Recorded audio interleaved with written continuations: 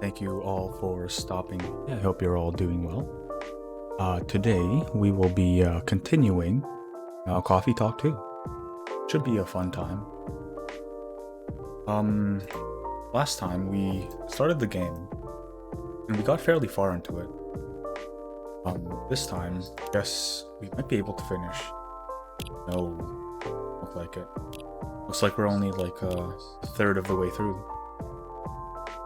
But either way, we can just continue. Thank you all for stopping by. Howdy Ricare, howdy Jimmy. Hope you're both doing well.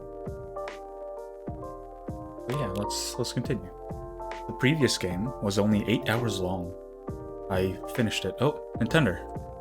Thank you very much for the raid. Let me shout you out. Shout out Nintendo. How was Mario Kart?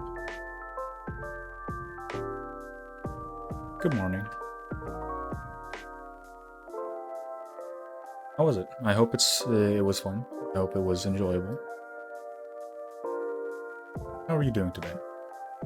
I was just talking about how this game is. The first game was 8 hours long, it seems. I spent 2 streams on it, both 4 hours long. And I guess this one is around like 12 hours. Could be, possibly. Because it seems like I'm only a third of the way through. Maybe it'll take me 3 streams to finish. But let's see. 3.5 hours of pure BS. Bro, I can't handle any more Mario Kart. I know nothing about Mario Kart, to be honest. Mario Kart has never been a franchise I played. I never played it as a kid. I played mostly Smash Bros. That's why I'm mostly into fighting games. But yeah, I don't know much about Mario Kart, unfortunately. I hope it was enjoyable other than the BS. Yeah, let's continue. So Coffee Talk is like a talking simulator, basically. It's like a visual novel. You just talk to your customers and make them drinks every so often.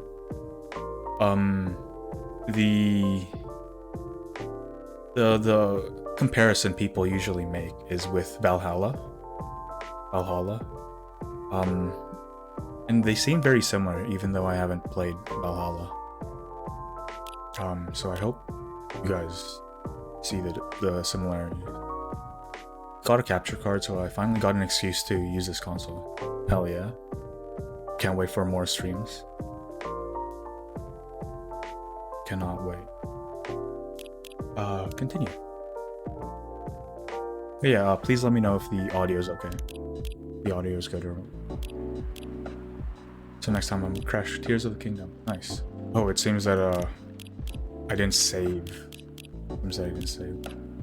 So I guess we can just rush through. Wants a pumpkin spice latte. Or something similar. Next time I crash Tears of the Kingdom. Hell yeah. Anything I can get? Not really.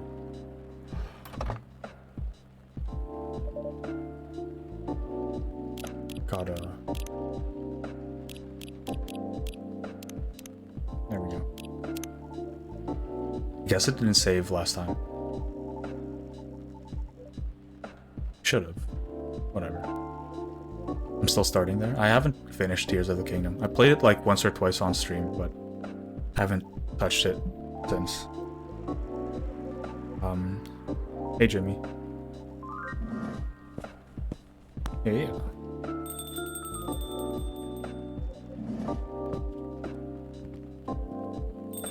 Let's see.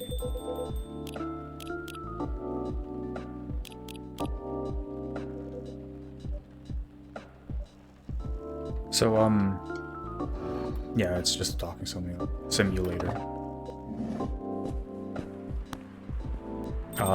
In this game, they added a few new things. One is this. Reality. Interesting. So I guess tea I guess that's blue butterfly pea, and then milk and ginger. Very interesting. Okay, here's the next one. This is where we left off last time. Sunday, September 24th, 2023.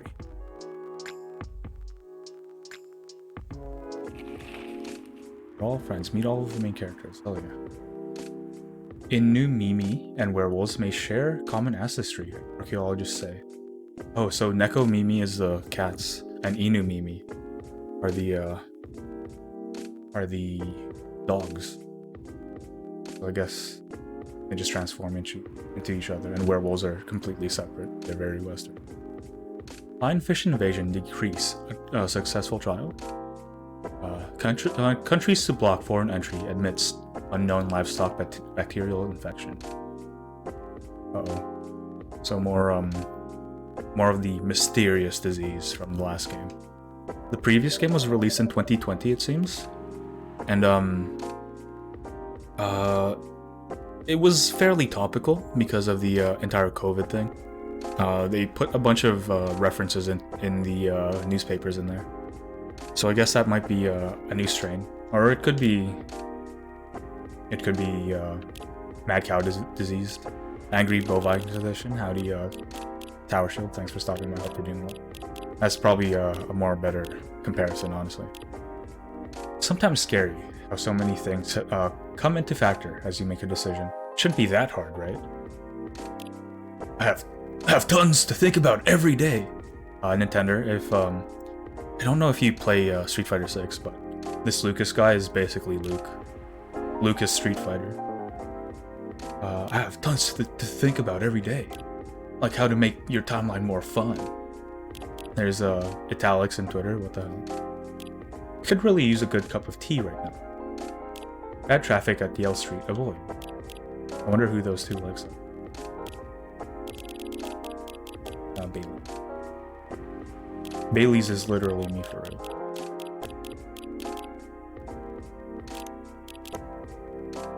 Let's save just in case. There's something missing from the drawer. Did I misplace it? Looks like bad weather again tonight.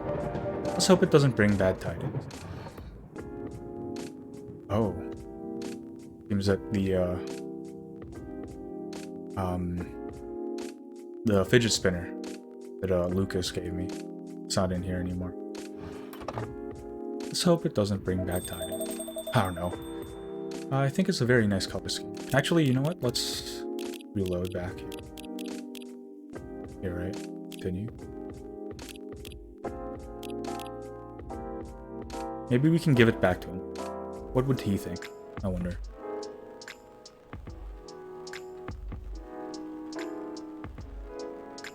Saturday, number 23rd. 23. Let's just skip forward.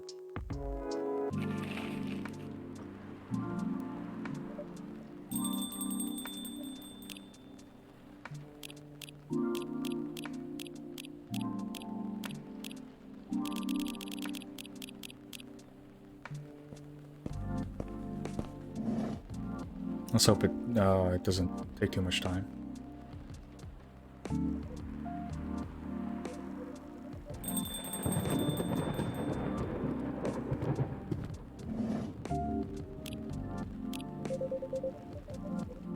I'm really surprised these two didn't have an interaction last time. I didn't even realize it.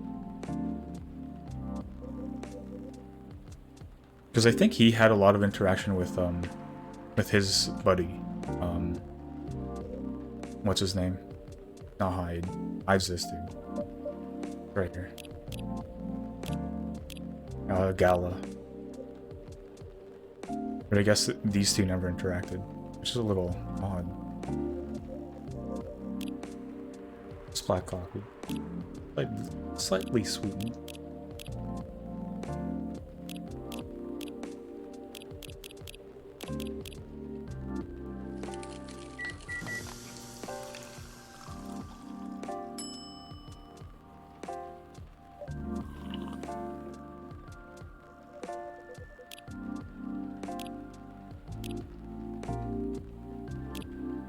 He has advertisement posts as well. Red drink. Let's see.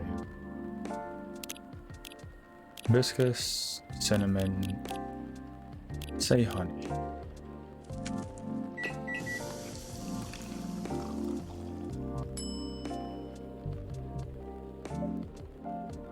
Actually, maybe we can find a different...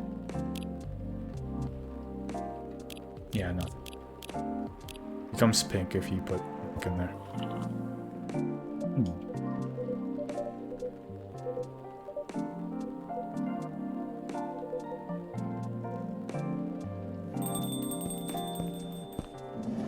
And now, Mr. Luca.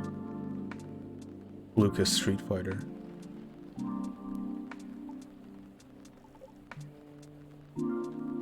Yeah, I hope you guys are all doing well while I try to catch up.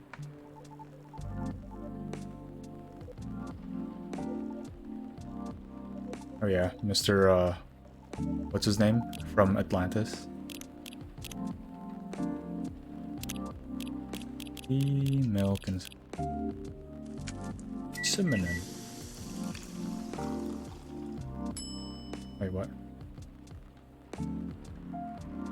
Coffee, milk, and cinnamon.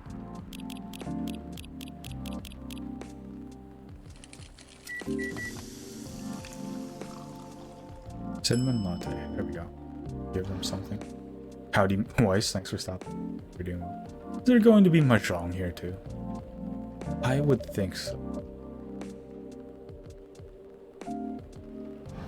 This seems like the type of place people would play mahjong in. Howdy. Let's give it back to him. Oh shoot! Whoa! Don't give him back the lighter. Not the lighter. Give him back his stupid fidget spinner.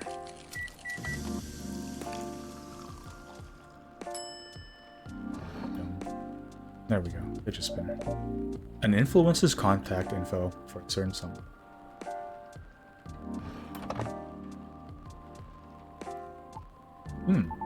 Why are you giving me my own stuff? You're funny, Moody. Real talk, though. Please give it to the lady when you can, okay?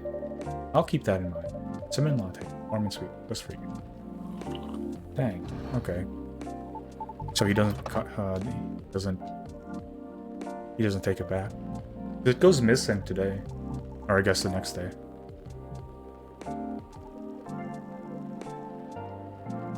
It's very interesting.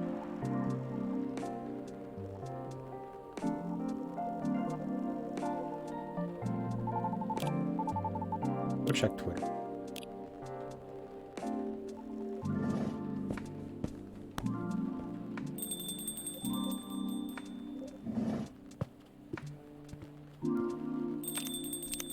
Finally. Let's get that. Save.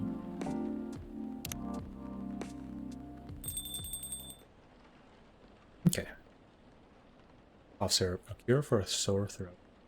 Looks like tea, honey, and lemon.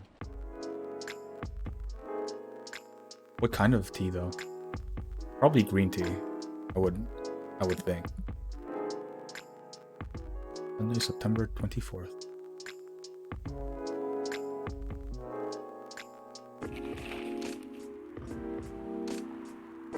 Oh, this is a very different layout, huh? That's kind of cool, actually. Is very cool. So we looked at it like a few minutes ago. That big headline was on the left, and those two were vertical on the right side.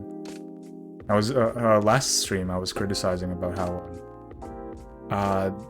newspaper layouts aren't really like this, because usually the biggest headlines are on the top left, because that's just how Westerners read things, from left to right, top to bottom. So usually the biggest ones are on the top left because that's the most eye-catching spot. They don't usually put the smaller text on the sides, the left side specifically. Right side is fine.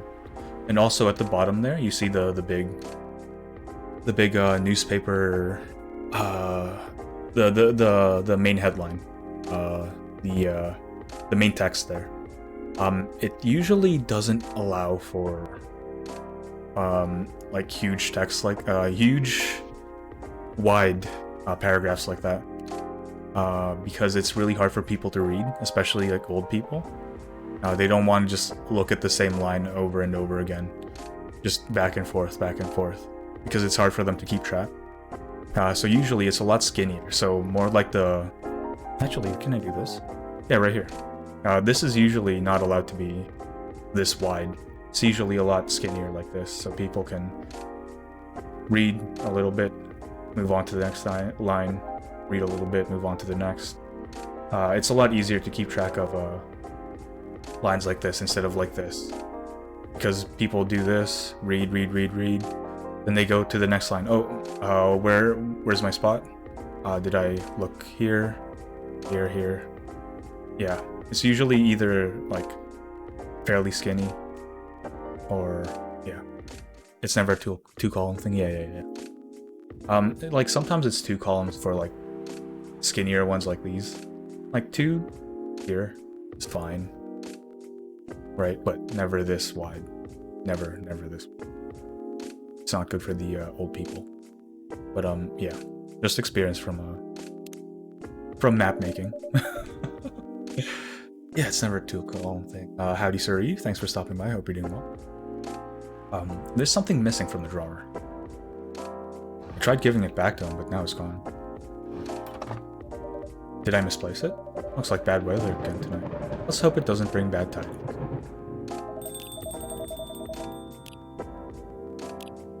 I already read. I don't know. I think it's a very nice color scheme. Well, I think it's lacking something. It's too dainty. Dainty? What would you like then? Red, black, and purple? That wouldn't be the worst. Mario, thank you very much for the subscription. 12 months. Great stuff. I really appreciate it, Mario. Can't believe I've been going for that long. It's been like almost 2 years now. Started in February of 2022. But yeah, I really appreciate the 12 months. I hope you're doing well tonight.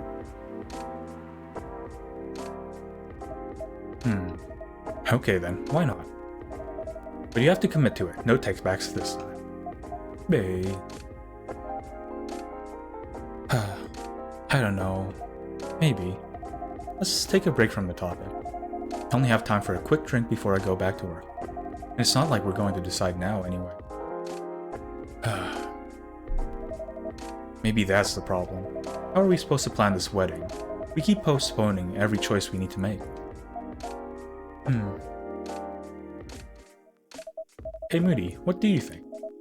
Pale green, lilac, or daffodil yellow? Or red? Pale green, lilac, and daffodil yellow? Or red, black, and purple? Hey, don't put Moody on the spot.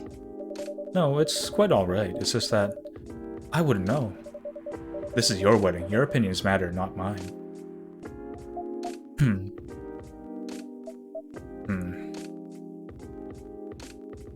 He's just staring at me. Trouble is, we don't know what our options are, opinions are. And when we think we do, we change our mind. It's like the centerpieces. Oh please, can we not talk about that now? Can't really, I really thought we agreed on the cute cottagecore ones. The ones you spotted on Tomodachi. I mean, they were your pick in the first place. They were, but they were also too expensive. You have to be realistic. But weddings in general are expensive. Especially when you want to have 200 guests. That's a low blow. Can't just disinvite my extended family. The key word is extended. Do you even know half of these people? That's not the issue. If I invite one of them, I have to invite them all. It's like a domino effect. Besides, they'll be paying for part of the wedding. I still don't think they should. I can pull my weight. If we have to choose, I'd rather we have the beautiful things you like. Even if it means we have fewer guests. Well, if my family's not chipping in, we might not be able to afford either. Thanks for the vote of confidence. I don't want our wedding to just be a random meal with a bunch of people we're not even that close to. And I said, I'll make sure we can afford a dream wedding. Or die trying. I don't want you to... Saved by the bell. That's work. Really can't linger. Howdy, Hasser. Thanks for stopping by. Hope you're doing well. Is that Moody with horns? Yeah, that's my mom. That's my mom. That's my dad. Any questions? She does really look like me, huh? In the first game, she didn't have the glasses. Now she does. She has my glasses. Hold up. What about a tower shield? Damn, bro, your mom is hot. He's just a normal elf. I got my mom's skin color. What up, tower shield? Of course, what can I get you? That's not how that works. That's not how any of that works. Tower shield, are you by any chance an expert on fantasy genetics?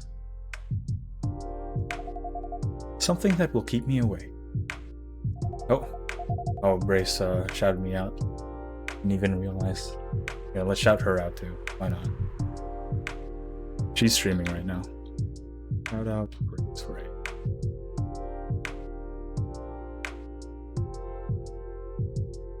There you go. Check her out. She's a great artist. I still have work to do, and my head hurts. So I guess strong coffee would be good. And with a nice spicy kick, please. Catherine, thank you very much for stopping by. I hope you're doing well. As you know, Wemeth did throw themselves a tower when he was younger. That is true. Tower might be a fantasy genetics expert. Yeah. He knows a lot about that stuff. And with a nice spicy kick, please. Any preference on the spicy kick? No, any strong coffee with spice will do. Okay. Strong coffee with spice. Coffee with cinnamon and ginger. Let's try this.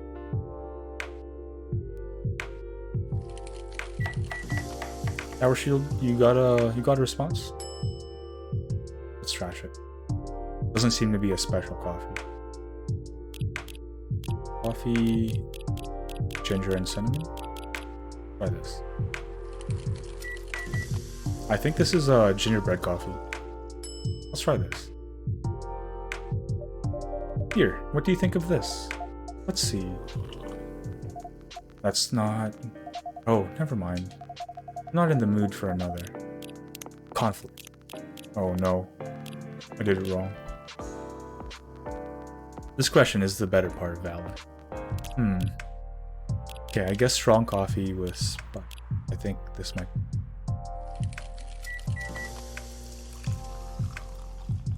Jingle bean. Here's a jingle beans for the lady. Oh, that's novel. Perfect. I feel myself relaxing already. So, gingerbread coffee, allowed. Sweeten with brown sugar to satisfy the cookie monster. Warm drink with a kick for Christmas mornings. Also perfect against headaches or on rainy work nights. Very fitting that we got this coffee the first day of December. She's happy with him. I can definitely 100% read that. Forte ame and un est un passage choisi, que vont charmant mascus et bergamascus. Jawant du luth et dasant et voici. Christus sus lures, distinguishments, deguisements, and tasks. I wonder if these coffees would be replicable. They usually are. It's French, bro. Are they? Is it? Doesn't seem like French. It might be like a mix of French and something else. Howdy, baguette. Thanks for stopping by. Hydrate, sure. I have a tea right now. Same tea as yesterday. It's a green tea with a lot of like tropical flavors. Yeah, a lot of tropical flavors. So it smells like bubble gum. It's odd.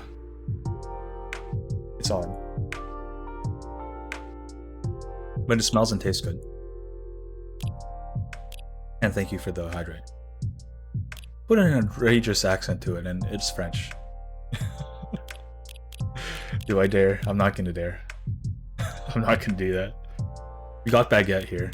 He might be offended because of his name. He might be French. I can feel myself relaxing already.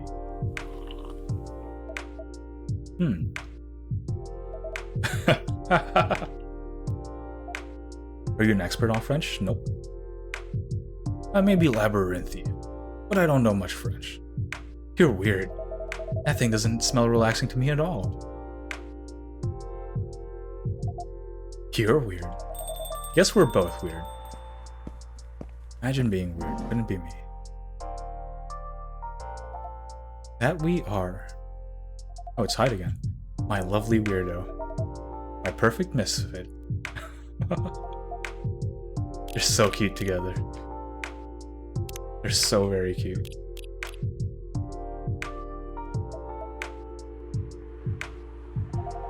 This is so much better. It really is. Have I mentioned I love your smile? Never enough. Disgusting. I'm gonna need something spicy to wash this down. I'd love to serve it to you, Hyde. If Bailey's doesn't want to order, that is. Hyde, sorry, I didn't hear you come in. Yeah, I know. Ryaji, go explode. I don't know what that means, Rick here. You were too busy doing whatever you were doing. Hey, Hyde. Go ahead, get yourself a drink. I can wait. I'll stick here for a while anyway, till Lua properly gets off work. Alright then. Do you hear me, Moody? Spicy is the name of the game. Any preference on the spice or the base? Nope, just make sure it's got a spicy kick of something, then double it. Spicy kick of something. Then hibiscus and ginger. Let's try that. Zobo. Let's try this. Serve Hyde his favorite hibiscus drink. Hell yeah. I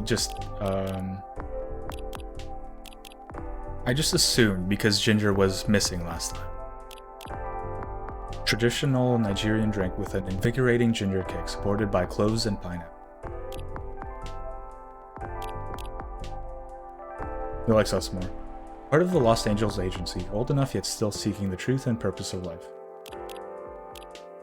I felt up for a challenge, so try this. If you don't like hibiscus in this, then you never will. Let's see if you cracked the Hyde code.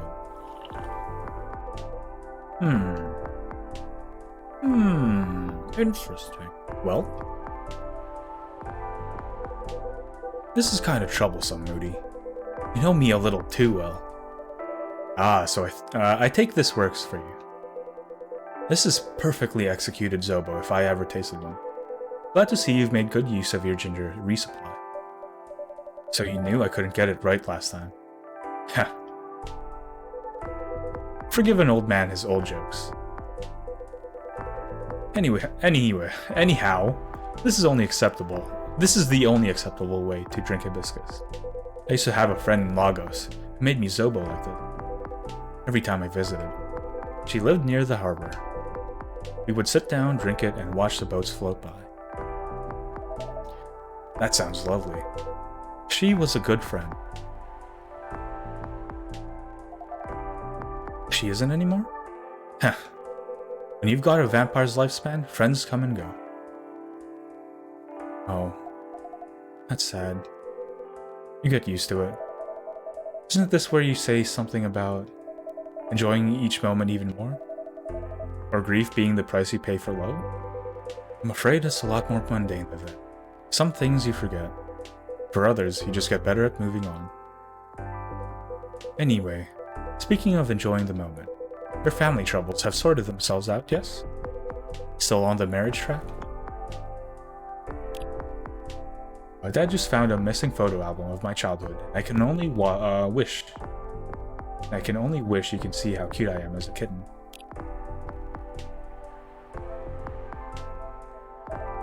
Yeah, we are. We definitely are. Not getting too bored? Not really. Turns out planning a wedding is, well, suitably entertaining. That's one way of putting it. Can't wait to be at the marriage stage of it, to be honest. Could you sound any less enthusiastic? Hey! There they go again. Good to see some things don't change. Such a dramatic backdrop, too. You should start serving popcorn. I'd be more enthusiastic if we didn't fight about it every single time. No, I'm not engaging with this right now. I've got to go to work anyway. Right. Now I'm going to have a drink. Bye, Moody. Bye, Hyde. See ya.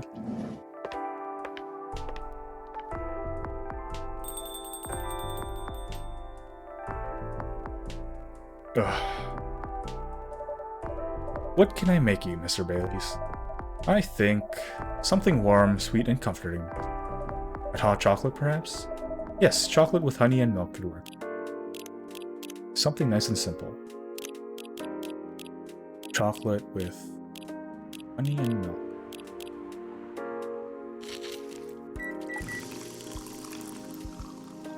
Chocolate Miraku. Oh, Chocobi Miraku. That's, what's her name? Rachel got last time. In the last game. Baileys. We're close friends now. Freelance designer and #1 pumpkin spice fan. Too bad we can't serve him pumpkin spice. Perfect. Perfect. This feels so good, Moody. It means a lot that you're always looking out for all of us. On a miserable night like this, it's heartwarming. What a horrible night to have a curse.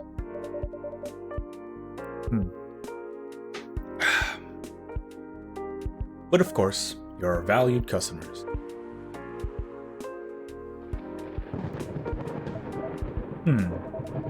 Hope Lua didn't get too so. Heh. You do care a lot about her. Of course I do. Then why all the fighting? You tell me. This wedding is bringing out the worst in us. Since we sorted out the situation with my family. You mean, since you cut them off? Yeah, since I stopped talking to their judgmental faces. Lua and I haven't fought about anything. Until now. Every time we try to organize this thing, it's like we become different people. Wedding planning sucks! Yeah, like, Tower Shield, would you like to share any stories? If you don't mind. It would be nice to hear about. I'll be your bartender for tonight. Or I guess barista for tonight, Tower Shield. You can tell me anything. I'll just be sitting here. Let me ask you something. No. Okay, it's okay. I'll just get you a drink and maybe later on I'll get you to tell me. I had to cater for a wedding once. Horrible experience. Oh no, Biscuit. Howdy. Thanks for stopping by. I hope you're doing well. And that sounds like a nightmare. I hope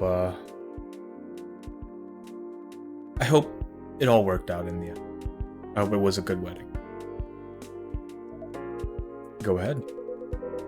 What do you want from this wedding? How do you mean? It's not complicated. I'm just asking what you want. If you close your eyes and picture the day, what do you see? Honestly, I have no clue.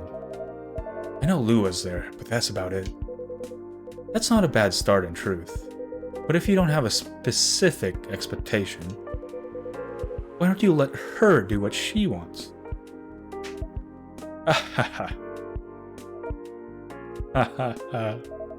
You make it sound so easy. I just want her to have what she wants. That's exactly what I've been trying to achieve. I've been picking up on everything she's liking on Tomodachi.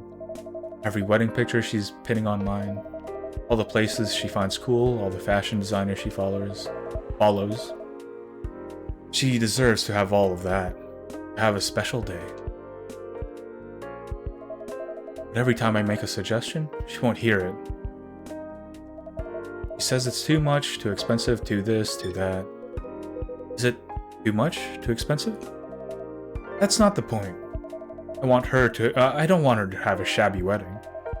It's because I'm estranged from my family.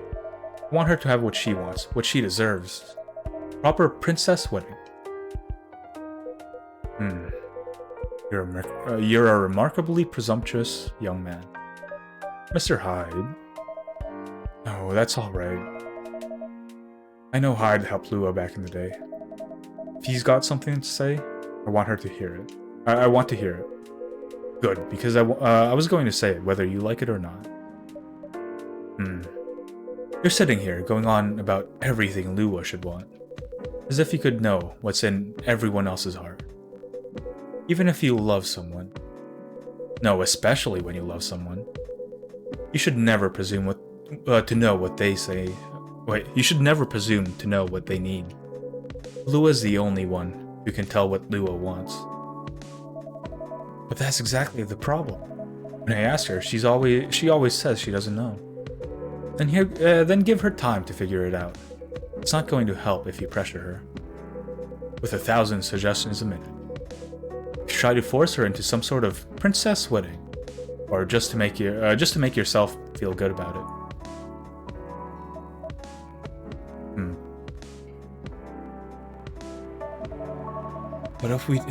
What if we take so long that we reach old age, and we're still not married? Then you reach old age and you're still together, married or not. I think that counts as a win. Since we're talking about taking some time, you should also use that time to figure out what you want. Otherwise, the best you'll get is a wedding, based on your skewed idea of what Lua's wedding should be. That sounds pretty sad to me. Well, that wasn't pleasant to hear. Bailey's. But it also wasn't wrong. Give her time and figure out what I want, huh? Sounds so simple. Should have thought about that before I guess. You're not bad at this tough love thing, are you, Hyde? Perhaps I should consider a career in couples counseling. That doesn't sound nearly as much fun as modeling. Doesn't it? Modeling gets old after a while. Thought you were having a good time in LA. In LA? I was, until I wasn't. Moving to Seattle, in fact. I kept my contract with the agency, just in case. But there aren't many modeling jobs to be had here. Really? What are you going to do then? Back to my Mafia war buddies, of course. I'll go back to my Mafia war buddies, of course. Dwarf war buddies. Wait, what? Wait. Mafia dwarf buddies. There we go.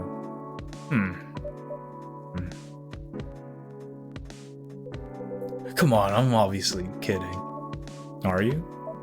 Phew. Wouldn't go back to them. I'd go back to being chased by them.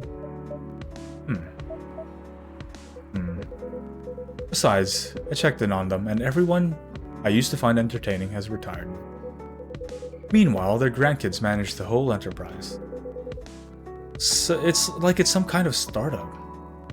Are we seriously talking about the Mafia right now? That's for me to know, and for you to wonder about. Mr. Hyde likes to play a little. Guilty as charged. Can't help it. When I see an earnest face, I have to tease it. I have to tease it. I'll take that as a compliment. But also, what's wrong with managing things like a startup? That sounds like a pretty efficient approach, right? You young people. Impatient in business like you're impatient in love. Efficiency isn't everything. I have all the time in the world. I don't care if things are done fast. I want them done right. Maybe you should go into slow fashion. Or fine arts. If you paint with oils, that'll take some proper time. Fine arts were the first thing I got good at a few centuries ago. But my style isn't trendy nowadays. Too much chiaroscuro? Too much chiarosco lighting. And putting blue in skin tones isn't novel anymore. If you're insinuating that you're Rembrandt, shh. If my mafia buddies find out, I'll be in trouble. You're always joking around, Hyde. But for all that, you don't sugarcoat your advice. You're a pretty good listener. I hope you also have people who listen to you.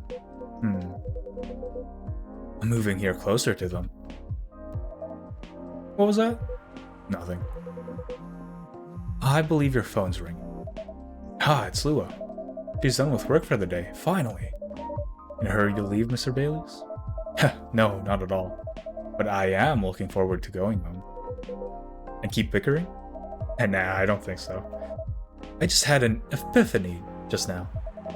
Must be something in the drink. I'm going to leave the topic alone for a little while. Good elf. Enjoy your night then. I think I will. Thanks, Hyde. And thanks, Moody. Of course. Have a good night, Mr. Bayliss.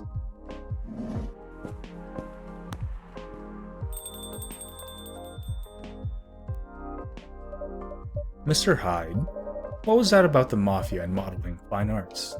Are you genuinely considering a career change? All I'm considering right now is whether my car got in there. I know Old Man Georgie said this area is safe, and it's a bit of a pile of junk, but it's a pile of junk with sentimental value. I sense a story. It's quite a story indeed, but I'll make it short because it's getting pretty late. Got this car many moons ago, back when Gala was my bodyguard. I had been stuck in Seattle for a while, working day in and day out. At some point, I decided that I need a proper break. But, you know Gala. He's a bit of a stickler for the rules. There's no way I could have a night out in the middle of a big job. Not on his watch. So you slipped his watch? Aha, you know me well, Moody. Some friends and I, we decided to get together. I was to provide the ride, and they provided the entertainment. I did the usual thing. I waited until Gala was sound asleep. Then I left a pile of pillows under the duvet, hide shape. And I snuck out of the hotel. There was only one problem. Gala was my chauffeur as well. He had your car keys. He had my car keys. And I wasn't about to poke the bear wolf. So I went to the nearest dealership and got the cheapest car I could find. I only intended to keep it for the night, you see. I'll spare you the details, but my friends and I, we drove to a lovely spot with a view. To the sort of action which, I admit, might appear ambiguous from the outside, but to me, was very enjoyable indeed. We were right in the thick of it, when suddenly, we hear a tap on the window. Let me guess, that was Gala? The wolf himself. He peers inside, and he starts banging on the door so hard the whole car is shaking. We all just kind of freeze, and then he says, How dare you kidnap Mr. Hyde? Opens the door and tosses my dates outside. Ah, Mr. Hyde. You're not winding me up, are you? Oh, Moody, I wish.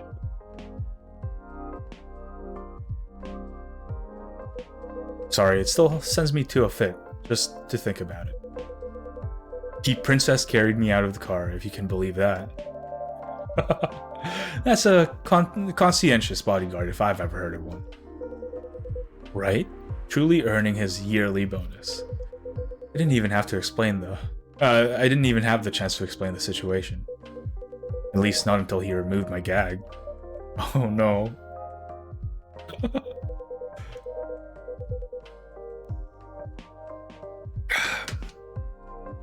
Gala acted like he was angry, but in reality he was mortified. Not as mortified as my dates, whom I had to pick out of the grass. Poor Gala. Moody. I see where your allegiance lies. Personally, I say, poor me. Never saw those lovely friends again after that fiasco. But I couldn't be angry at Gala even then. In fact, I found his chivalry rather charming. He didn't seem to find my antics quite as charming, though. He had woken up, hadn't found me, and was already suspecting the worst. That was before he discovered me in a strange car in the middle of nowhere. In a compromising position. Oh no. I think he was truly terrified on my account. So, he stopped talking to me for a few weeks. That doesn't sound unfair. I suppose it wasn't. I wonder what they were doing. Chat, could you tell me? Were they playing Mahjong, maybe? They seem to be playing Mahjong. Maybe it's like a special Mahjong, right? Maybe he had that gag on so he doesn't like blurt out, oh, I got the winning hand immediately, right? What do you guys think? Yeah, I suppose it wasn't. Jogging, exactly. That's what I thought as well. I wonder what they did with the pieces. I don't want to know what they were doing. A bored vampire is a disturbing creature. Yeah, I guess so. They're all weirdos.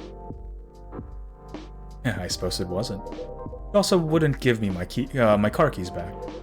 He got stuck with this old thing you can see outside. And the worst of it? And the worst of it is, if you can believe it, I decided as a grand gesture to chauffeur him around in it. He stopped sulking really quickly after that. I suppose he wasn't a huge fan of my driving. Anyhow, I decided to keep the car in the end, for whatever reason. My car collection has had some serious turnover, but this one isn't going anywhere. Must have replaced everything inside it a dozen times over. And it's very banged up. But I guess I've grown fond of it by now. We're both a little stuck in time, this car and I. You're rather more sentimental than I thought, Mr. Hyde. Sentimental, That's what you took away from that story? Heh. I suppose you're right. Good thing it's only us here. I can plausibly deny this conversation ever took place. Still, the rain has stopped, and this is my cue to go. We jogging? Before I lose all my remaining cred. I hope the car is safe and sound. So do I. And Moody? Yes? Nah, nothing. Have a good night. Does this coffee shop have a mahjong table, Moodster? I can get one installed if you'd like. Anything for my guests. Yeah, nothing. Have a good night. Good night, Mr. Hyde. Good night, Mr. Hyde. Have a good night. Safe journey home. Please do. Okay. Gala hat.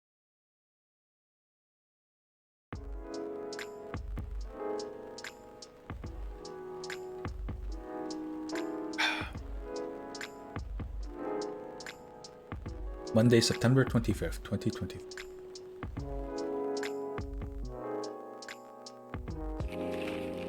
First wave of visa applications to Europe. rejected for failure to include passport signature. The rise and fall of Weirdstein box office. Brief history. Sold out. Replica astronaut suits experienced an extreme increase in sales. We need a mahjong table and a secret basement poker table for illegal gambling. I don't think that's a good idea, Rick. I'm just thinking. I don't think that's a good idea. But yeah, like I said earlier, these are way too wide. They need to be a lot skinnier. This needs to be cut up into 3. These need to cut up into 2 columns. Otherwise, the layout's pretty good. The pictures aren't usually this wide. They need to be cropped better. Like, a little bit of stretching, it's fine, but like, this much? This is way too much. Hope the power hiccups didn't affect the machine too much. Let's see. Does everything happen for a reason, or not? I wonder how everyone's doing. Neko Chelak kimono pods. Echo shell. Trucker fell asleep and crashed near the 4th Avenue. No casualties, but I reckon the property damage. But quite the property damage. I reckon you want to avoid the area for the moment. Oh no, that sounds horrible. Road construction on Leonara Avenue.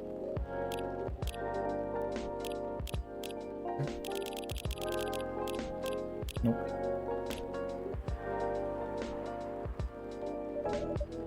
This is a very slow start.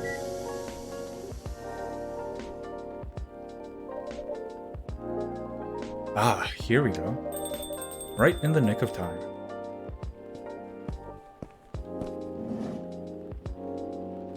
Oh, welcome you two. It's a relief to see you safe and sound. Hi, Moody. Yes, we're also very relieved. It was a little scary last night.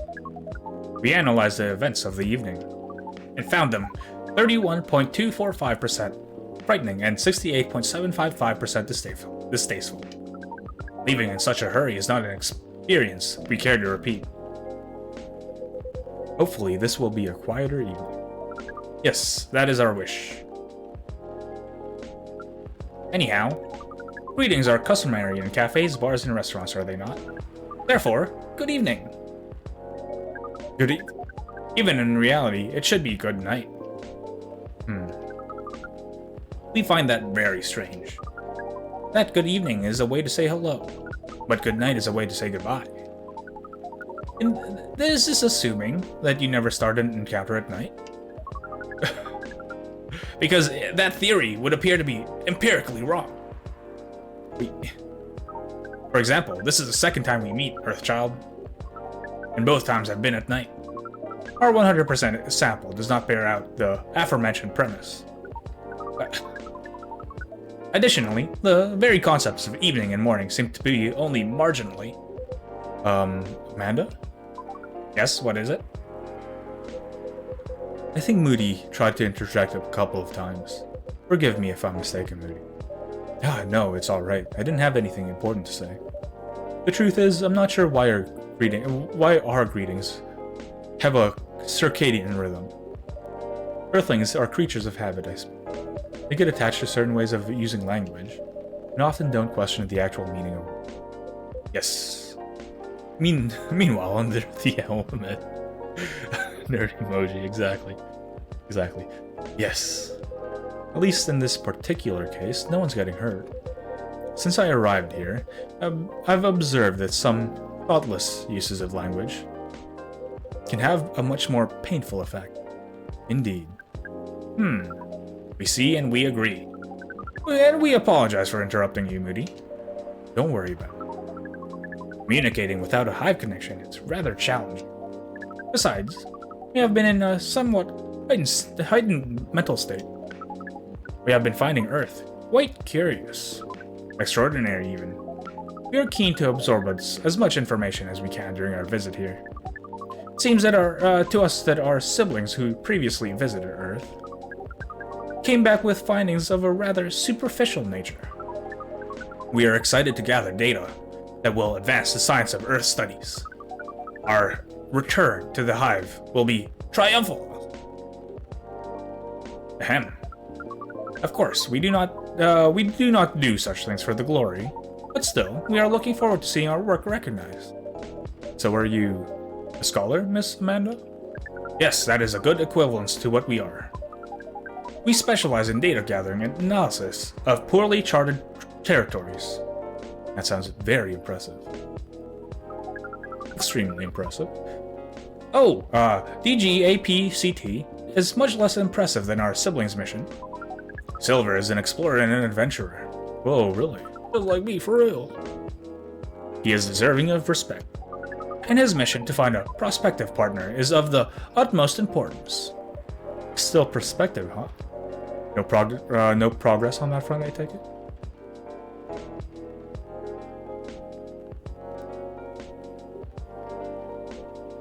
Well, I wouldn't quite say that. That's a dude? Silver is a dude. Amanda is a lady. Silver is Neil from the original game. He used to be wearing the spacesuit. Very intriguing. You're always so professional, Mood. You rarely ask direct questions.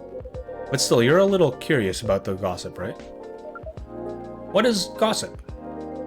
Gossip is information about what goes on in other people's lives. Oh, we see. So it's like data on individual beings, then? Yes, that sounds right. We love gossip. What is wrong with that? Nothing at all. I would love to listen to yours. But let me at least make you a drink first. We consider our choice of drink carefully. We must suggest our sibling goes first. Are you ready to order, Silver? I have an idea, yes. Can we expect an interesting new recipe? You're a barista yourself now, after all. A barista? How am I? Oh, you mean the cafe. Yes, you mentioned you were opening one, didn't you?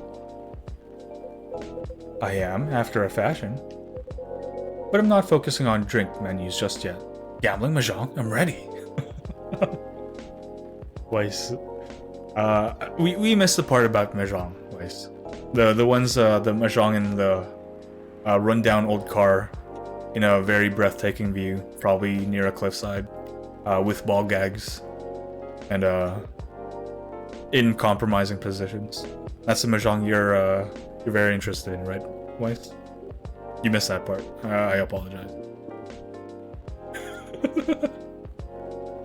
Not focusing on drink menus just yet. Also intriguing. I promise I'm not withholding information, Moody. Not just withholding information, Moody. But things are a little complicated. Is it alright if we start with the drink? I'll try my best to explain everything afterwards. That sounds good to me. Then I think I'd like something simple to it. You remember the first drink I ordered when I came here years ago? Wasn't it a coffee-based drink? It was a coffee drink, and I think you mentioned it was very bitter. Bitter and tart, right? Yes, I think that's right. A bitter and tart coffee drink. Interesting. I don't remember this. Coffee, bitter, and tart. Coffee, ginger, lemon.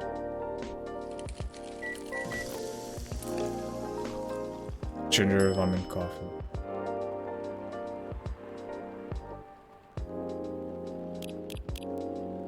Coffee, lemon, and ginger? I genuinely don't remember. Coffee, lemon, ginger, coffee. I think the first one's good. Coffee, ginger.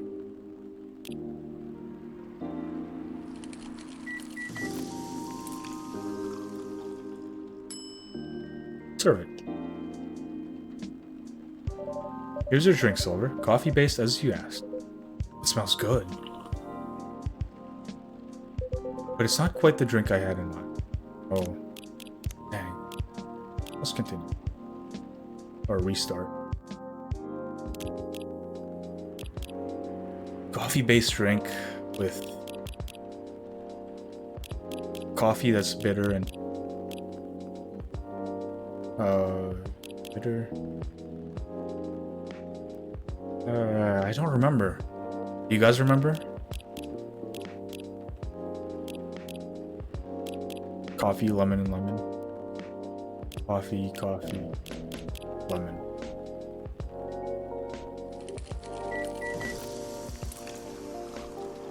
Black lemon. Might be it. Here's a black lemon for you, Silver. That definitely looks like what I had in mind.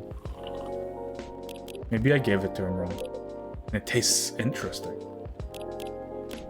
Combination of sour and bitter. Are we best friends yet? Nope. It hasn't anything. And it tastes interesting. It's very minimal, yet strong. Very enjoyable. I think I might prefer sweeter things, but I'm glad I tried this one. You know, I second what Miss Amanda said last time. I feel the same in some ways, yet also very different. I don't know. I do think that everyone keeps changing all the time. Maybe if we feel like our personalities make sense. Maybe we feel like our personalities make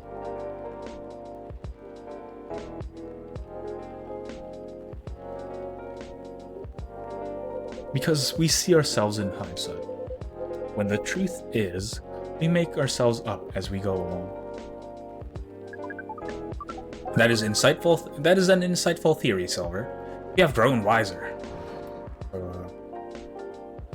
Oh shoot! I forgot to give it to him. Damn it.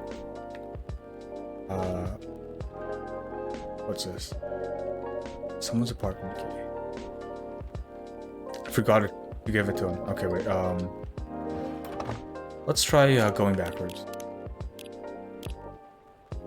Continue here. Or let's restart. We have to go back. Go back in time. Back to the past.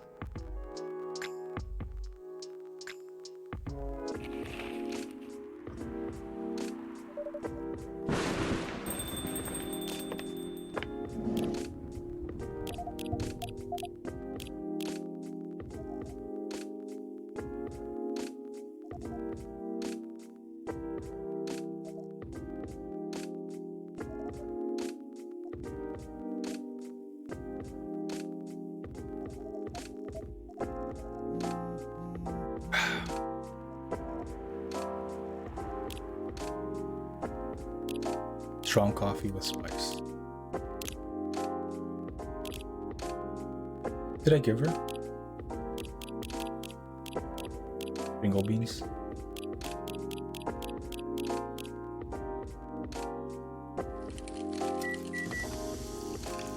I want to try this. Can't give her anything.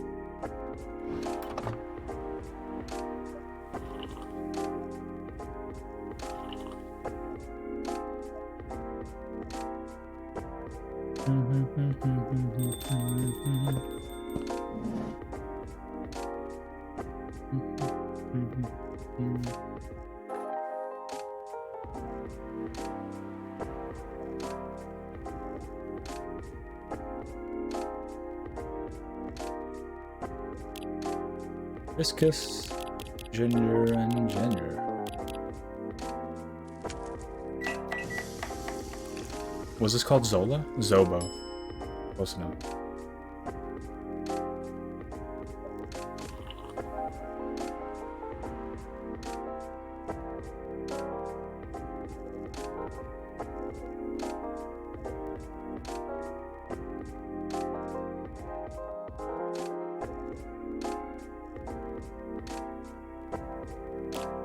Hydrate. Thanks, Jimmy.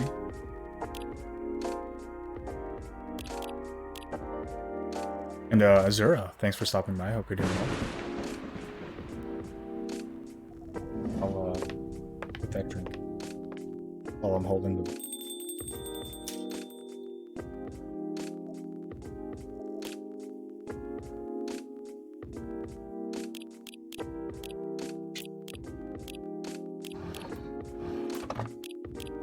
Milk and honey milk. There we go. Do them setups? Sure. One moment. Just let me try to give this to him. Give item. This man. Seemingly important. Or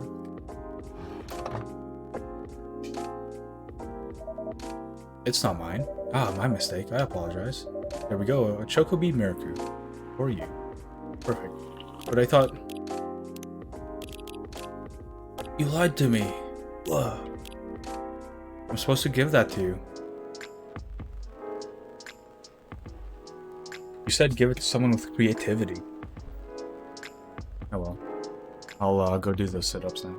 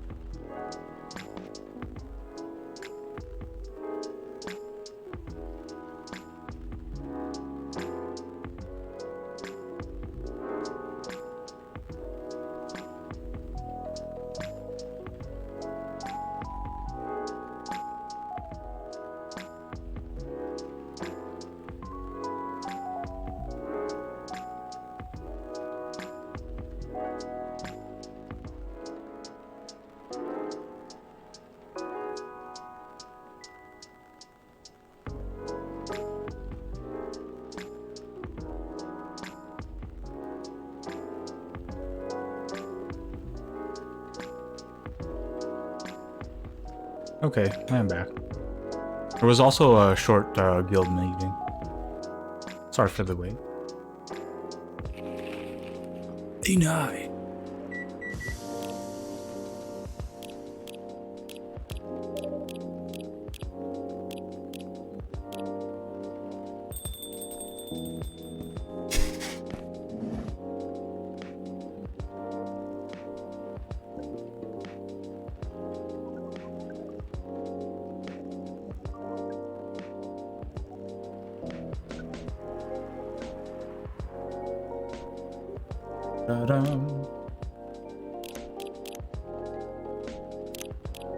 Coffee.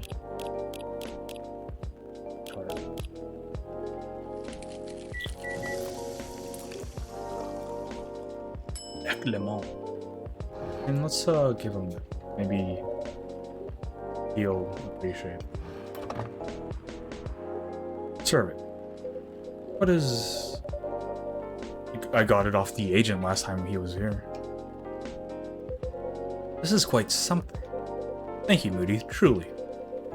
Can't know how much it helps, but it really does. Don't mention it. I thought, you know, maybe you'd find a way to put it to good use. I'm sure I can figure something out. You seem to have grown quite creative over the months. Yes, I have, somewhat. I'll let you know how this plays out in the end. Thank you again. Here's a black lemon for you, Silver. This definitely looks like what I had in mind. Okay. You used to be rather youthful. You used to be a rather youthful and innocent part of the hive. Well, I have had to learn and adapt here. It has been a couple of years after all. But despite all that, and considering that what I said about people changing all the time, I don't think I have changed all that much. In fact, it's as if I've been becoming a little more me every day. Just revealing myself. Speaking of that, we meant to ask. How did you choose a specific Earthling appearance over another?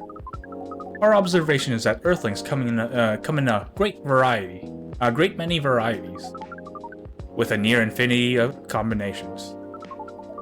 Did you run our random generation algorithm? No, it wasn't random at all. Even if at first, it wasn't a conscious process.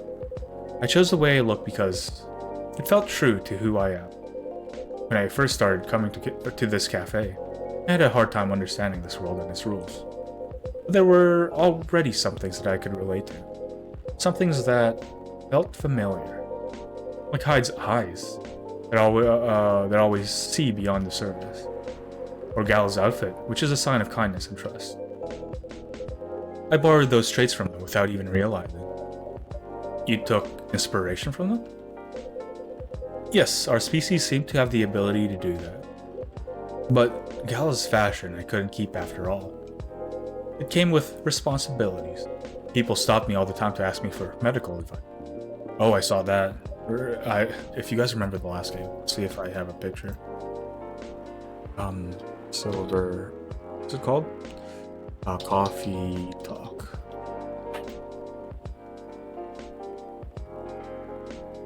Formerly known as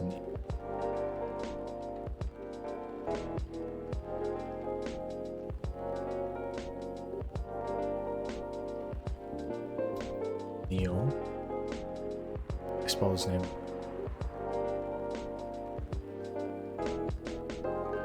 Ending. There we go. Save. Put this in redeemed. I guess this is their way of kind of retconning his appearance, but it did make sense with the character. So it's not like a complete retcon, you know.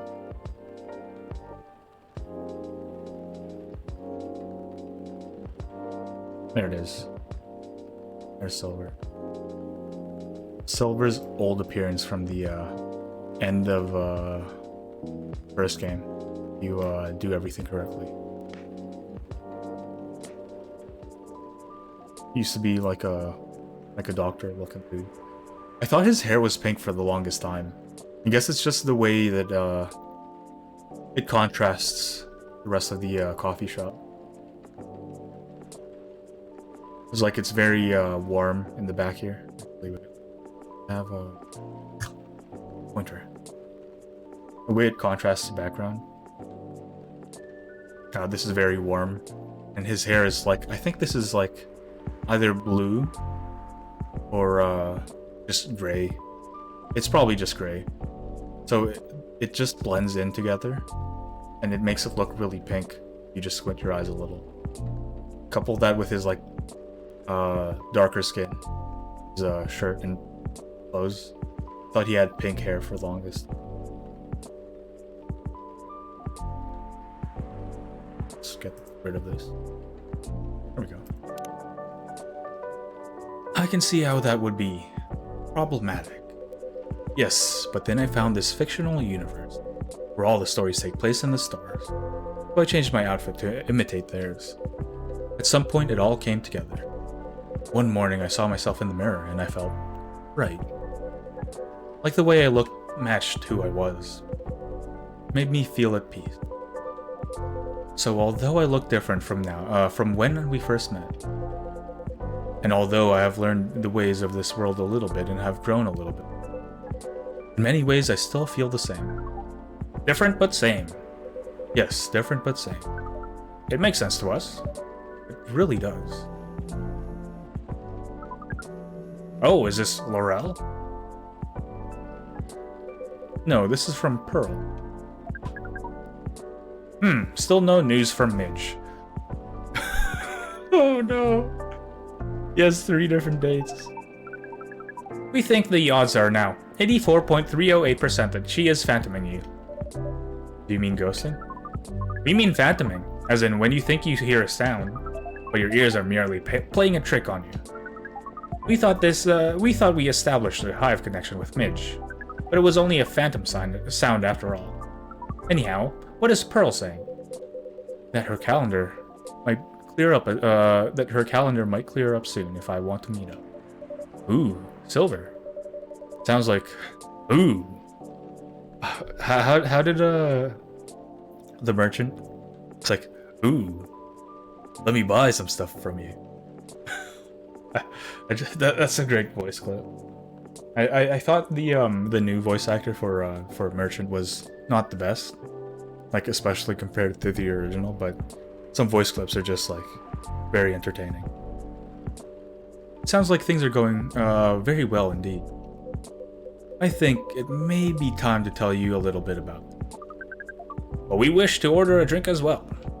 Oh, of course. I'm so sorry. Go ahead, Amanda. What is that? A fax machine? Our apologies, but the machine's having issues today. We'll let you know as soon as it's working again. Curious that Earth drink-making skills are so refined, yet so unreliable. This is a land of contradiction. It sure is. But do carry on, sibling. Right, so... Save. I've been relying on Amanda to help me with the online part of online dating, and it's been working really well. On average. But there have also been some small issues. Earthlings are strange. Online dating has a reputation for emphasizing that, yes. Some Earthlings express their interest, but when you say hello, they never answer you back. While in real life, saying hello is a starter for 99.845% of conversations. It seems that online, more humorous or breeding-oriented openers are favored. However, if an opener is entirely horned, it is considered out of bounds and angrily dismissed. Horned? Yes, that is when prospective partners send you close-up pictures of their horns.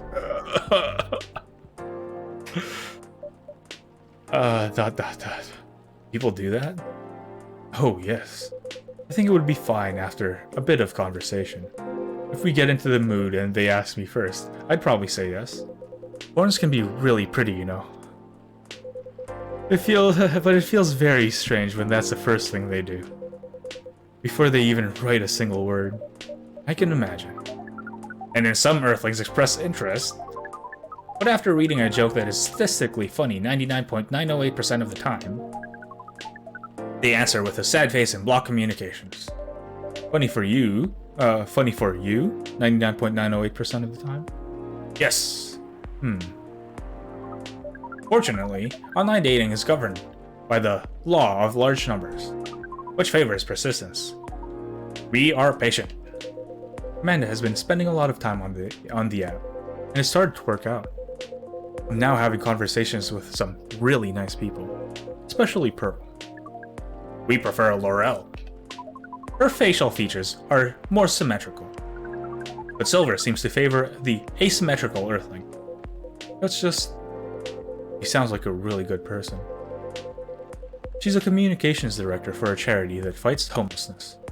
She cares about other people a lot.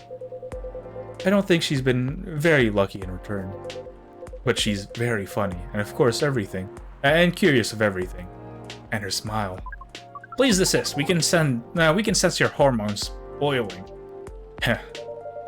And she's the person you might be getting a date with? I really hope so.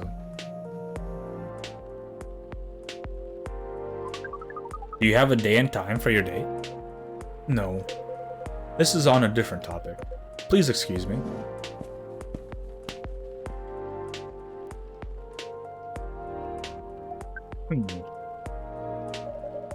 So I take it you've been enjoying your time on Earth, Miss Amanda? Or not? No, we have been enjoying it. But we also see the limits of it. How do you mean? We are a hive mind. A hive mind knows no boundaries or limitations. We share all our thoughts and desires. It is not difficult for us to connect. We are born connected. But Earthlings are guarded. They have complex emotions. And they have no means of truly knowing what anyone else feels. That makes them afraid of judgment and of hurt. It must be very difficult and painful for them to connect deeply. There's so much they have to let go of first. We could not live like that. You said that online networks were like a hive. Like a hive, but not a true hive. A true hive requires honesty and directness, as well as a desire to deeply understand others. I see.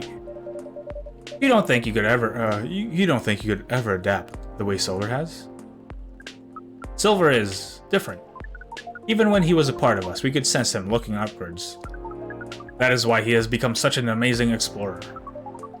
And that is why he made the effort to learn Earthlings' codes and behaviors. He did not just want to understand, he wanted to experience. We are not like him. We seek knowledge on what is different from us. But once we have that knowledge, we are satisfied. Uncovering it and bringing it back is what makes us happy. This is curious. It seems we are picking up on some Earthling instincts after all. It is a good thing that our data readings are, here, should be complete. Oh, Ira, thank you very much for the raid. Shout out, Ira. How was your stream? Ira!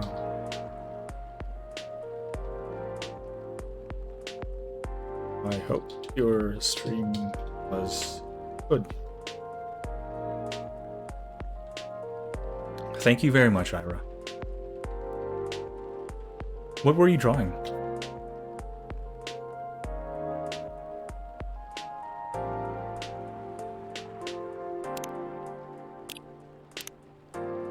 It is a good thing that our data readings are here should be complete.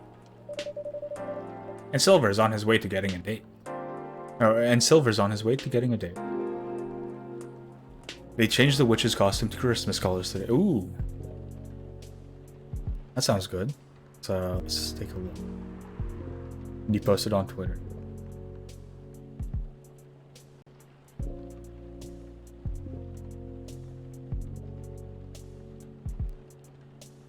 Not yet. We can watch the...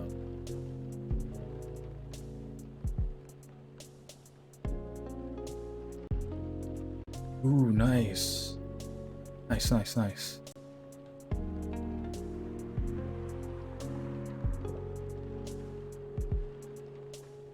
I'm going to lunch now, so I'll order coffee after dinner. Ooh, nice. I hope you enjoy your meal. Coffee. Okay. Go back. Look at this. Look, she's red now. It's really cute. Red Ira.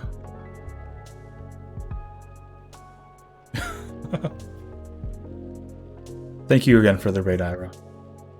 Really appreciate it. I hope you have an enjoyable meal. Let's close this. And howdy, Linkpad. Thanks for stopping by. Hope you're doing well.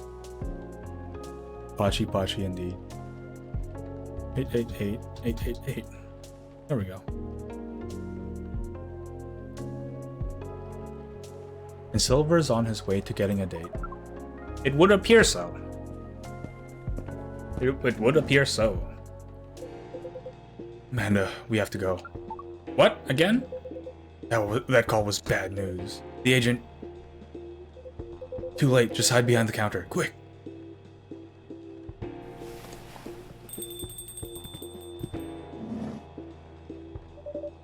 Good evening, Mr. Agent.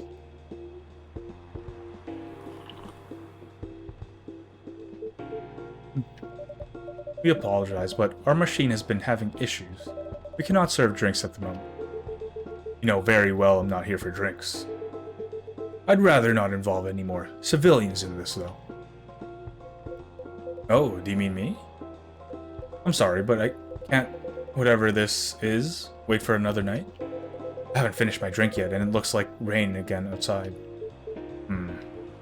Well, here's something that can't wait, for starters. Barista, did you happen to find an ID card lying around? An ID card? Not that I can recall, no. Certainly hope you're telling the truth. Mr. Agent, you seem to always doubt me. But you've been here several times already. Surely you see by now that I'm not lying. Well, you're awfully good at avoiding straight answers, and losing an ID card sounds very troublesome.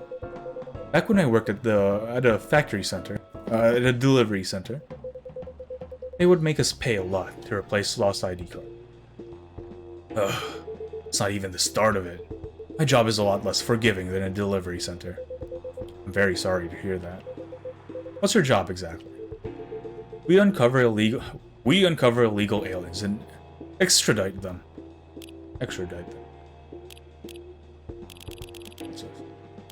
Okay. Darling, could I be behind your neck without you realizing it?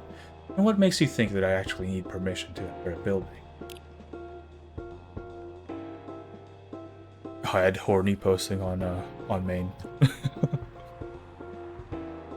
Which is why I've been coming here in the first place. We keep getting tips that there have been alien sightings around this cafe.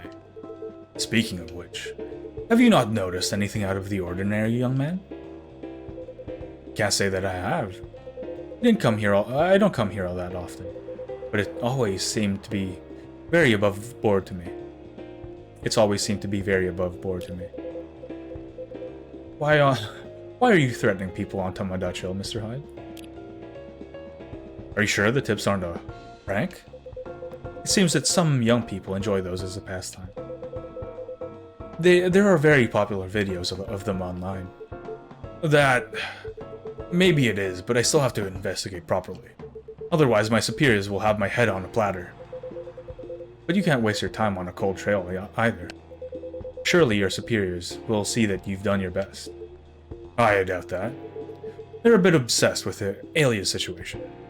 Obsessed? Is it really that big an issue?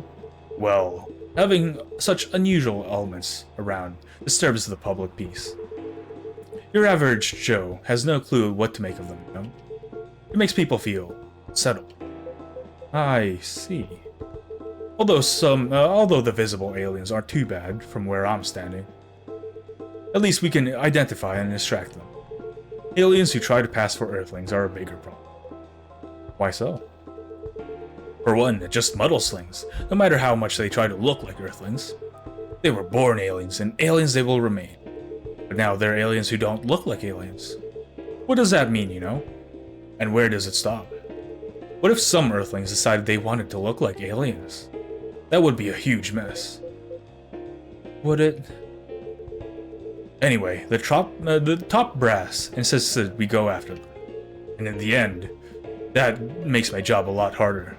All that time spent detecting them. Give me a good spacesuit wearing alien any day, you know? Oh, but don't you worry about a thing. We at Fire always find a way to keep the public safe. I see. How do you go about detecting them exactly? That one's easy. I have my suspicions, I check their ID. Once I have my suspicions, I check their ID. That makes it all clear, right? Right. I do wonder though, what is it? And I'm sorry if I'm being too curious. I have a habit of putting my foot in my mouth. No, you're good. No harm in asking. In that case, what is it that makes aliens so very different? There are all sorts of people living here. They all have different personalities, different looks. And for me, when I walk through the streets of Seattle, I see that no two people are alike. I'll admit that it makes me very happy. So if someone comes from further away, but they feel like an Earthling at heart, would they really be more different from the people who live in the city? Than the people in the city are different from each other? Or would they just be another version of an Earthling? Perhaps no less beautiful? At the end of the day, who the heck knows? It's not like I can afford to spend time pondering it. I don't have a dog in this fight, so to speak. The thing is, the law is the law, and my job is to uphold it. Right, but despite everything you said, it's still unclear to me why the law is so stringent against aliens. Ah, well, it's not so much that the law is stringent against them. It's more that there's no law for them. How do you mean? Well, at this point, we have treaties and codes for all of the races we know of, right? But we never made a treaty with aliens, or anything resembling it. There's no law even acknowledging their existence. Oof, I didn't know that. But why is that a problem? That's easy. we have no way to regulate their presence. There has been no thorough analysis of how they can cohabitate with the Earthlings. As I said, it's all very confusing. For all we know, they could be very damaging to us. So it feels safer to keep them away, at least for now. Safer? For whom? It is what it is. I'm not afraid of aliens myself, and going after them is not my biggest passion. But since I'm doing this job, I might as well aim for a promotion. Anyhow, just call us at fire if you spot any aliens, alright? You seem like an honest sort, unlike some other people. Some other people who should learn to be more straightforward. And if they want their business to, stay in business.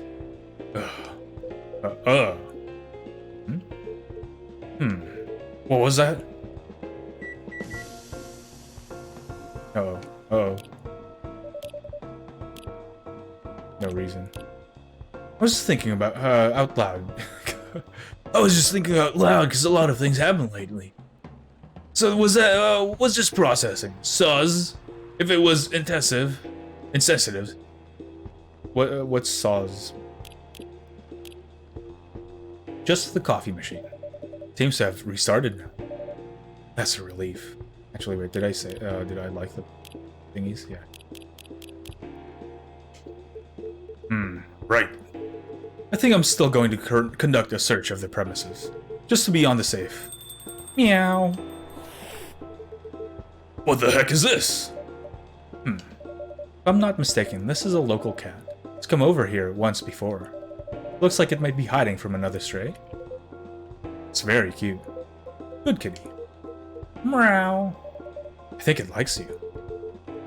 What sort of a place is this? With your fiddly machine and your weird pets. Gatito. It looks like I have an emergency elsewhere. Well, I guess you're off the hook now, for now. And you and your cafe. You and your cafe. But make sure I don't get such reports about you anymore. We will. Try our best, Mr. Agent.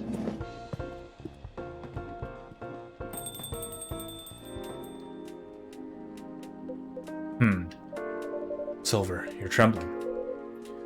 That's alright. You can come out now, I think. Amanda.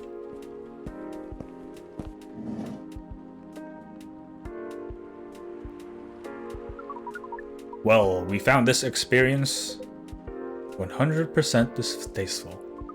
Actually, it was 40.235% distasteful, 20.834% scary, and 38.931% exciting. Ha!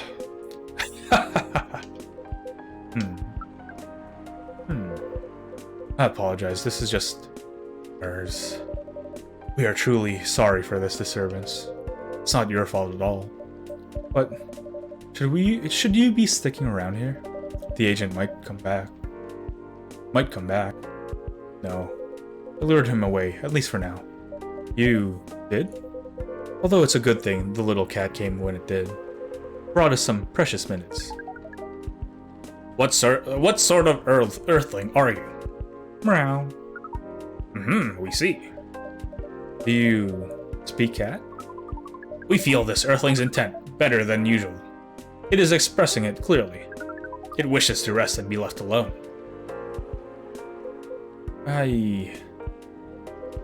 Oof.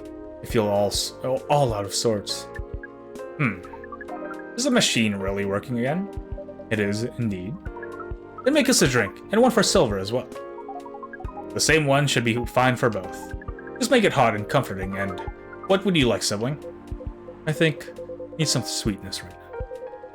I would really appreciate a hot, very sweet, and very comforting drink. Howdy, BB-Mon. Thanks for stopping by. I hope you're doing well. Let's try, milk.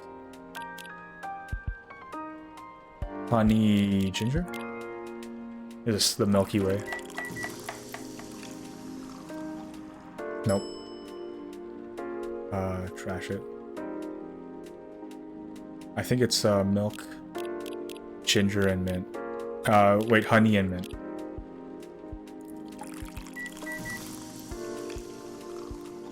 Milky Way. Let's see if he likes this. Here you go. Sweet drinks for the two of you. Not enough. This isn't bad. Although it could probably be a little more sweeter. Bad, it's bad, it's bad. I thought he liked that drink. I guess not anymore.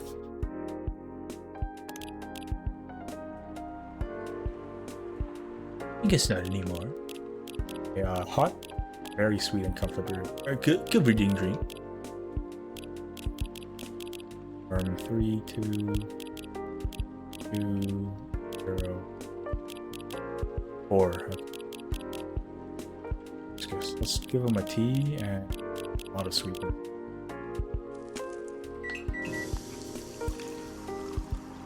Honey tea. Let's try this. Here you go. Plenty of sweetness in this.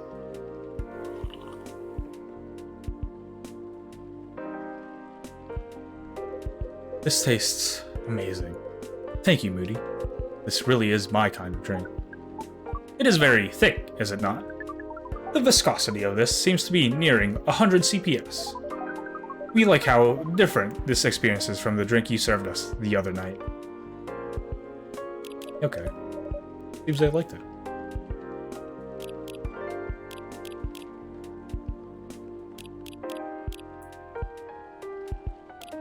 Sent home. They're best friends with me, basically. Oops, let's see. I'm impressed though, Silver. You've become quite savvy at navigating these situations. Even if I'm sure you'd rather avoid them altogether. Yes, I would definitely prefer to avoid them. But I need to get used to them anyway. Why? The agent doesn't know you've come from outer space. Surely, you should be off the hook for now? It's more complicated than that. Moody, you know the cafe I said I'm opening? Yes? Well, it's not exactly like this cafe. In fact, it's not exactly a cafe at all. For the past few months, I've been the basis of operations. It's been the basis of operations. Or save. Save? Save, a society for aliens and various extraterrestrials. Interesting. Wow. I know, it sounds very reckless. No, it sounds rather admirable. I think I underestimated you. I don't know. You see, but you see why I have had to become savvy, as you said. I have a lot of people depending on me. Those who are just arriving to Earth and are confused and scared. Those who have adopted Earthling appearances and are trying to blend in. Those who are learning how to understand life here. How to understand themselves. For all of them, it's an existential matter. Not everyone is meant to have a hive mind. I know I wasn't. No offense, Amanda. We are not offended. We have always known you are different from us. It is all the same to us. You are our sibling, whether you live as the Hive or as an Earthling. Amanda, I really do love you. What is love? That is not a conversation I think I can have right now. I'll explain it to you tomorrow, okay? After we both have a rest. We will remind you of it. I know you will. I think I'm getting a little tired now. Is it alright if we go back? Absolutely. Our energy is also 98.429% depleted. Silver, is there anything we can do to help? No, I don't think so. Thank you for offering, really. But you have a different part to play in all that. And you've been playing it very well. You're very kind. What is love? Baby, do not hurt me no more. Woman. What is love got to do with it? You're very kind. Well, in that case, have a good night, the two of you. And please come again soon. You'll always be welcome here. Us and many others. We know we're very grateful. Good night, Moody. And I say good night to the cat, but I don't think it needs my wishes. Zzz. Good night, Moody. See? Now we can use good night. We find it rather odd that...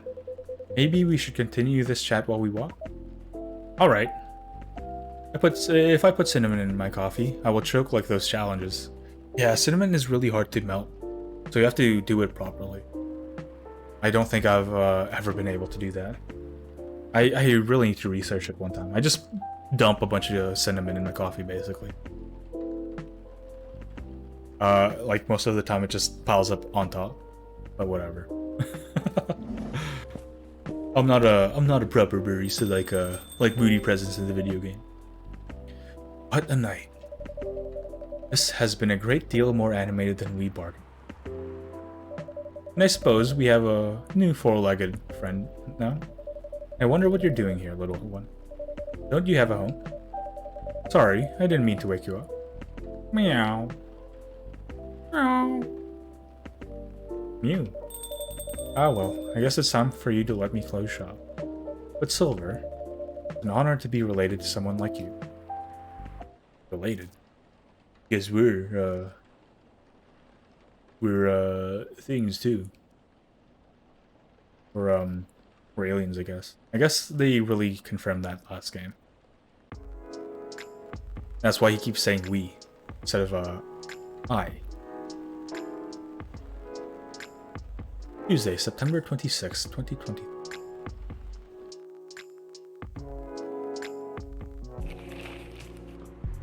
Curbing recent security breaches. Government to block data leakers website. First Workaholics Treatment Center. To open in 2024. No phone, no laptop, just rest. Moody, where's the cat's coffee? It didn't have money, unfortunately, so I couldn't serve it. I mean, I know I don't need the money, but it's still hard for me to just give them coffee, you know. It's not legal. Beachgoers report: silver algae blooming on Alki Beach. It's not allowed by the rules.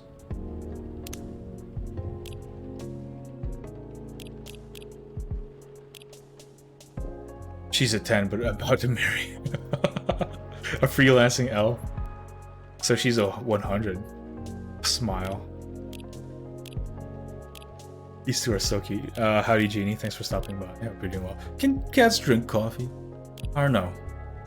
I think the cat in chat would rather drink tea.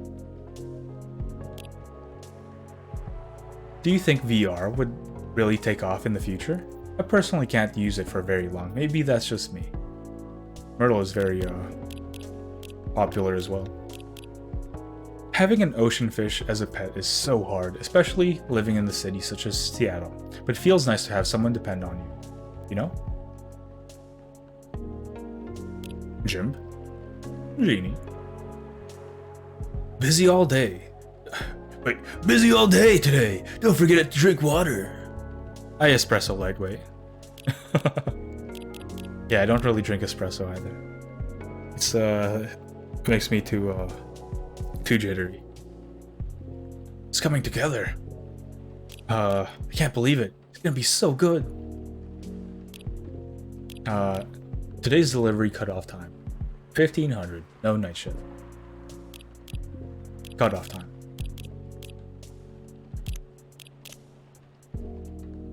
Yo, cat.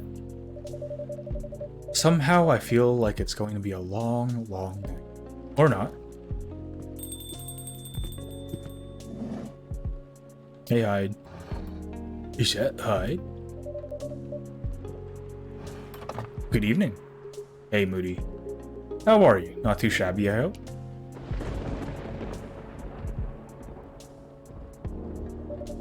Everything is just fine.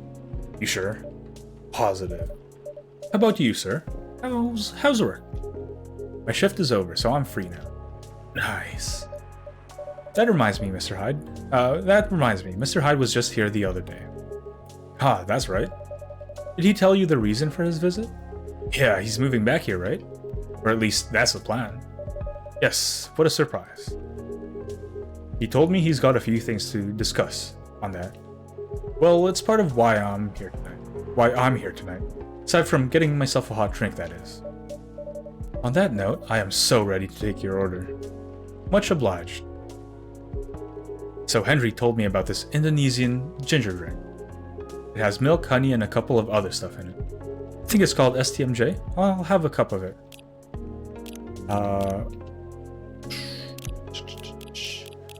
Milk, ginger,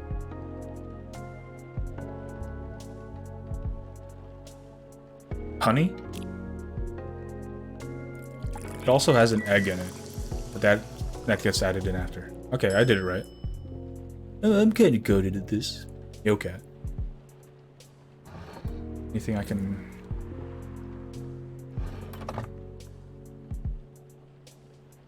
serve it. One nutritious drink from the archipelago coming up. Thanks a lot. Okay, let's try Good Game. When was the last time she was here? Friday. It's a long time ago. She was also here with Hyde. So I would think... whatever. Thanks a lot. What's in it again? It's a hot blend of egg, milk, ginger, and honey. The drink's name itself is the ingredients. Susu, telur, madu, jahi. Milk, egg, honey, and ginger. No wonder it reminds me of eggnog. It somewhat reminds me of eggnog, albeit spicier and not as rich. I can see why Henry likes it. It's a great stamina drink. He probably needs it to keep up with Rachel's work. Probably right. As long as he remembers to take breaks. Maybe I should invite him for a drink here sometime. What do you think? That would be lovely. Then consider it done. You know what? I don't think Hyde will show up tonight. Oh, why is that? When I called him earlier to confirm, he sounded a little... annoyed. It's not exactly great outside either. Thought he liked this kind of weather. Him, yes. His car, not so much. That thing wouldn't survive this kind of storm. Now that you mention it, you may be right. I used to drive him. I used to drive him in that car back in the day. Did he ever tell you how old it is? Yep, he gave me a whole backstory of it. Oh, I guess I'm just surprised he still uses it at all. The car clearly holds a special meaning. He was also quite sentimental about it, which makes me wonder if it has anything to do with him moving back here. What do you mean? You lived here before, right? Yeah. And he kept bringing up the past too. Are you saying his move is motivated by nostalgia? I was going to say homesickness. But I realize that makes no sense. I get what you're trying to say, though. It's strange. It's the strange longing for times gone by. Considering how fast things are changing these days? Maybe even too fast. Which is ironic, really. What is? Live long enough and you'll realize the only constant in life is change itself. Like, things like shifting necessities, curveballs the world throws at you, decay. Just stuff we have to deal with, indefinitely. Considering our lifespans, you think we'd get used to it at some point. But we never do.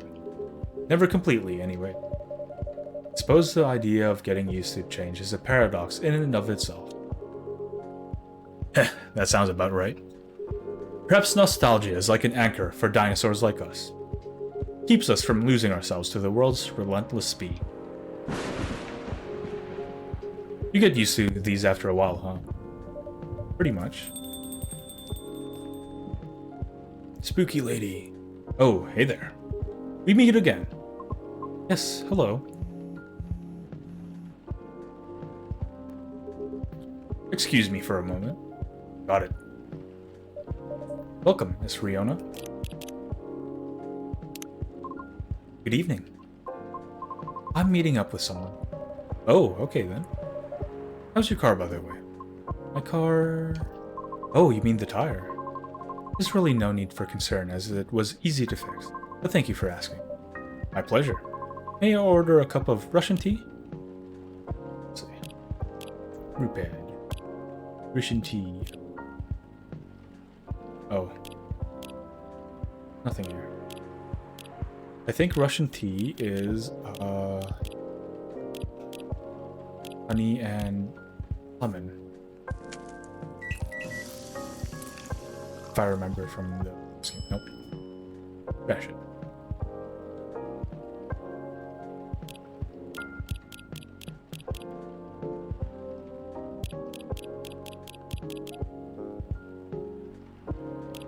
I don't remember. Lemon and mint. I remember it has lemon in it. Lemon mint tea. Maybe cinnamon? Tea, lemon, and cinnamon. Maybe ginger. Russian tea, I did it. There we go. And give her this. I think she needs this. I don't think that's for me. I apologize. My mistake. Russian tea for the lady Russian to deliver. Okay. That's not hers. Let's restart the day. I think it might be his.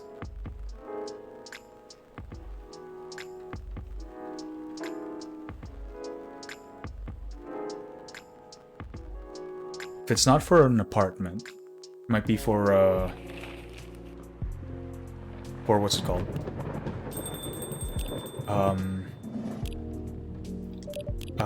The hospital.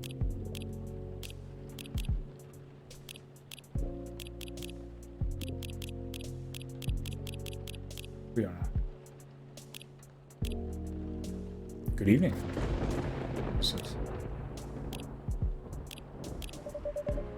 Everything is just fine.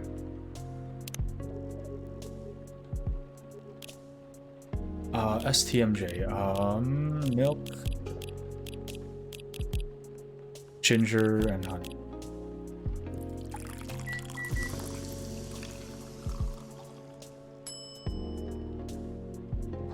Let's give it to him.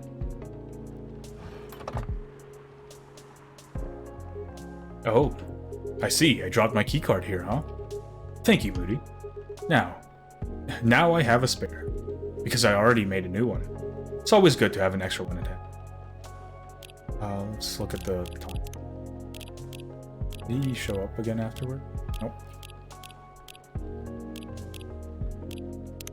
It's always good to have an extra one at hand. The only downside is it cost me $100. Now I'm wondering where I should keep this one. Maybe in my locker at work. I'd hate to lose it there. Yeah, let's hope it never comes to that. One nutritious drink from the archipelago coming up. You can give it to Hyde instead, and you get an achievement. Oh, really now? Let's do that. Where's Hyde? Oh, but we have to go through 2 different ones. Whatever. Doesn't matter.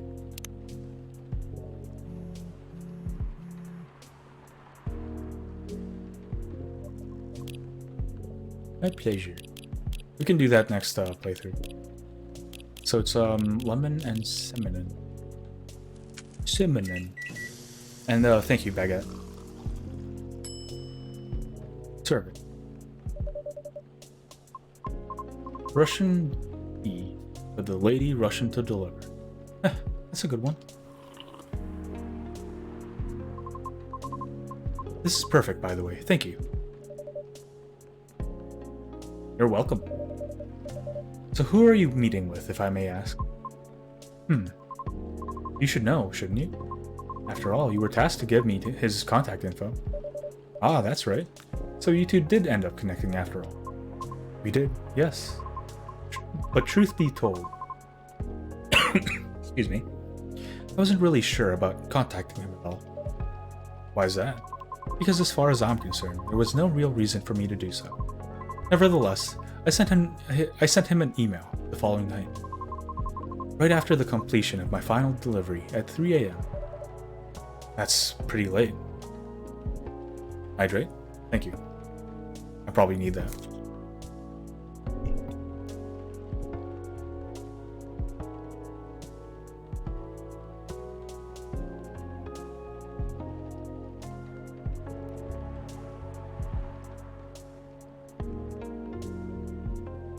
That's pretty late. A little, but surely no worse than forgetting it altogether. But he replied straight away, to my surprise. Had no idea he was such a night owl. Or perhaps just an extremely early bird. Right? I wonder if he ever sleeps. He has that Sigma grind set. Wake up 3 a.m., go do some stuff, exercise, go out for a drive for like 3 hours, and come back, then start working. This is my Sigma grind set, bros. Wake up, the earlier you wake up, the more you're, I can't do it. That should be a question for you too, miss. Oops. Anyhow, he answered me with an apology. He regretted his rudeness from when we first met. Which was another surprise, since I didn't think it was such a matter of concern. Well, he did return here the next evening, looking for you. Did he? Yep. He said so himself. I see. How peculiar. In any case, we exchanged phone numbers and have been texting ever since. Then he said he wants to meet up and speak in person, which is why I'm here now. But I'm still not quite sure it's necessary. I mean, he just wants to chat and hang out. Maybe he just wants to chat and hang out. Perhaps. I suppose we'll see.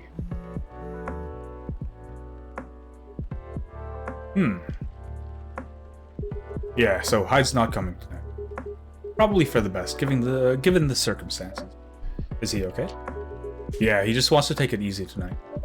Understandable. Understandable. I apologize for these surges. I was hoping it'd become more stable as the days go by, but no need to apologize for something out of your control. That's right, you tried everything you could. I know. Thank you for your understanding. How are you doing, miss? Hey there. Did you manage to resolve your issues with the children?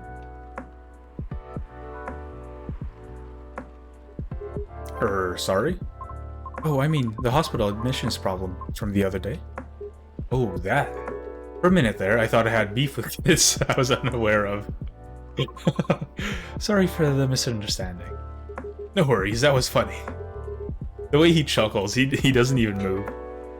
Or he doesn't even, like, move his mouth. He just, like, giggles up and down a little bit. It's only been a few days, so not much has changed. How about you, feeling better? Ah, yes. Well, I apologize for the way I acted a few days ago. We all have our bad days, so don't worry about it. Thank you. Ah, while we're on the topic, I told Officer Georgie what happened to your car. Would you mind pointing out where you believe the incident took place? Sure. It was quite near the police station, actually. At a metered spot, just outside the now-defunct library. Oh, the vacant building at Bourne intersection? Yes, that's correct. I see. So it was originally a library. You know the area? I know of the property, yeah. It's been abandoned for a long time now. But it's a heritage building, so I often wonder why nothing's been done with it. Since it's located in a very populated, culture-centric neighborhood. That's true. There's even an art college nearby, right? Then again, I've always found the street a bit odd. Odd? How? It's just barren. Especially if you consider the area. And the weird thing is, I feel like it wasn't always that way. Feel? Don't you mean remember? Nope, exactly what I said. It's a feeling, not a clear memory. Strange, isn't it? That is odd. Well, there used to be a flea market there. Long time ago. Perhaps that is what you were calling? A flea market, huh? The last time I drove there, I remember seeing nothing but concrete. Oh wait. Looks like there was a single dead tree surrounded by strange trinkets. A dead tree, huh? I had no idea why I almost forgot about it. It stuck out like a sore thumb. About 8 feet tall, no leaves.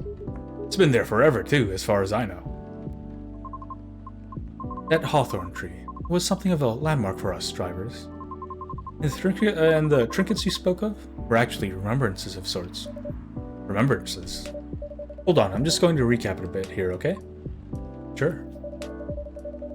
Your car was vandalized near a metered parking spot in front of an abandoned library, on a seemingly deserted street within a busy area. It has a large dead tree surrounded by remembrances for some reason. Sounds about right. Except the tree is no longer there. Oh?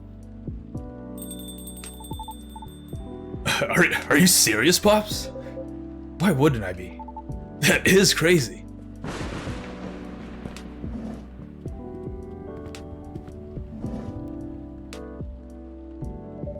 Good evening, gentlemen.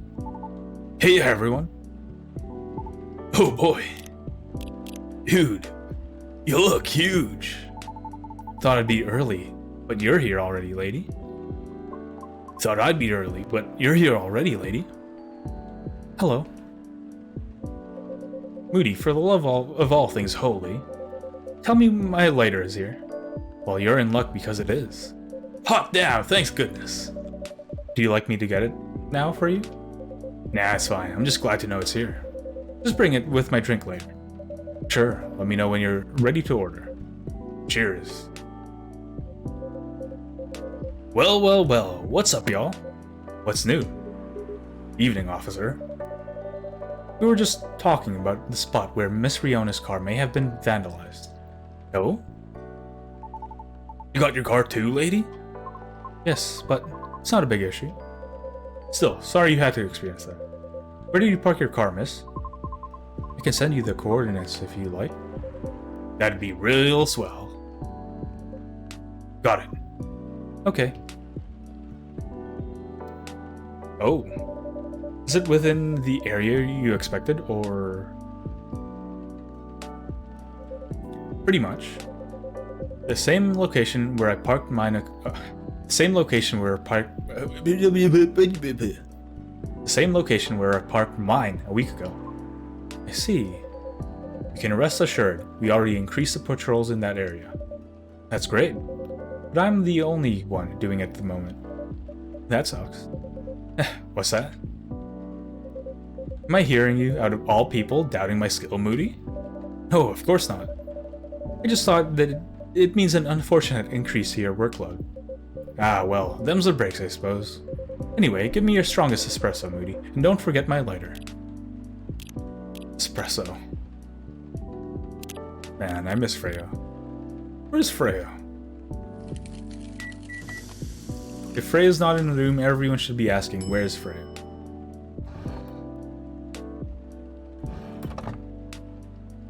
Sir. Oh, there it is. Thanks, Moody. You probably think I'm being silly. Hey dude, sorry for the late reply. Working up on applications. Oh. I hope, what it is, it's, working out well for you, Catherine.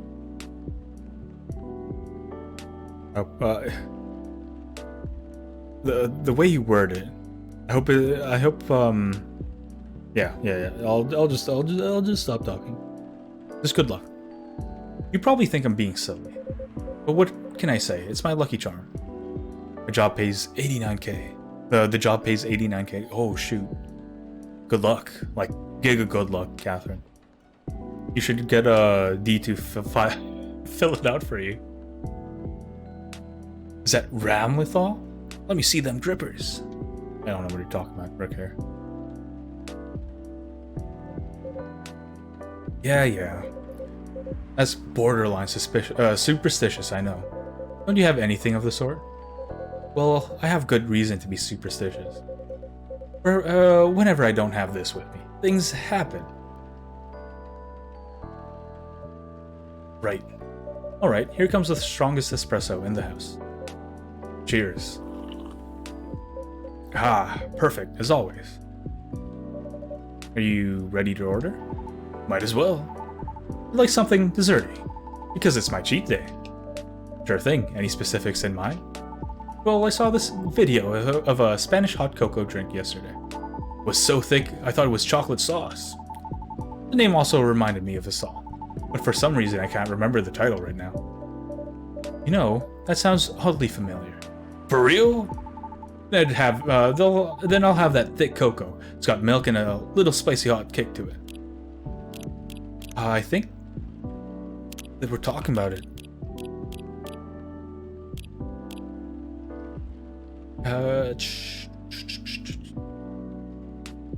I think Aqua was talking about it like a few days ago.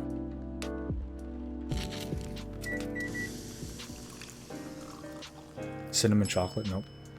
Trash it. Oh, it says it's called milk. Cocoa powder, milk and cinnamon. Spice Lady. Oh, Spicy Lady.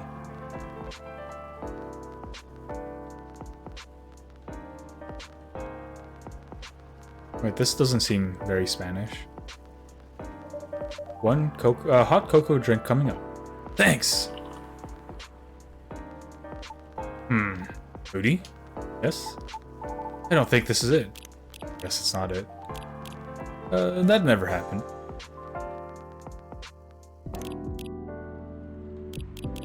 Cocoa, milk, and ginger. Let's try this.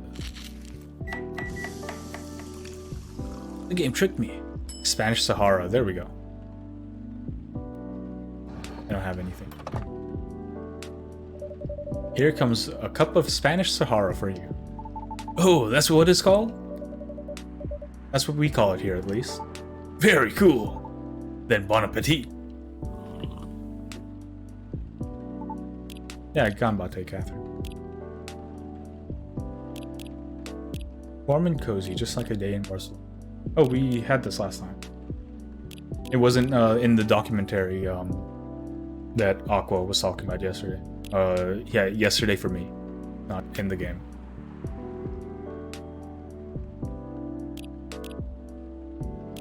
Ginger and coffee. This is hot chocolate, I'm pretty sure. I think this is it. Very tasty. Thanks, Moody. You're so welcome. So, Pops, just earlier, you were telling me about your creepy patrolling experience, right? Was it in the same location where the lady's car was? Creepy patrolling experience? Well, I don't know if I should even talk about it, because maybe it's a tad too spooky, even for me. What happened? Tell him, Pops. It's not that big a deal, honestly. Then all the more reason to talk about it, right? Maybe someone here will know something. You got a point there.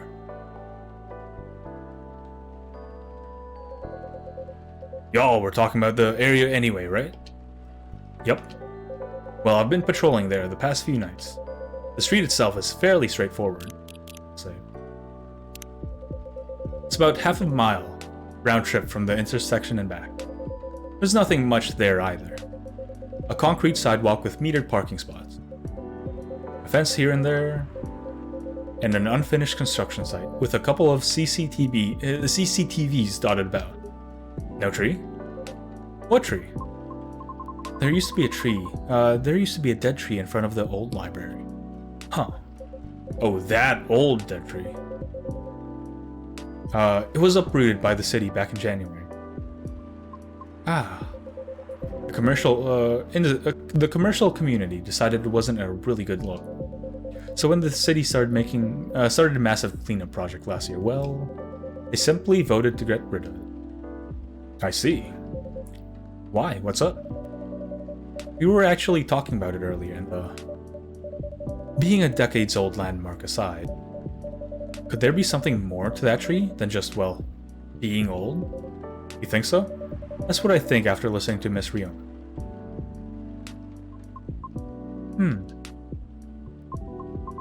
Are you expecting something from me, Moody?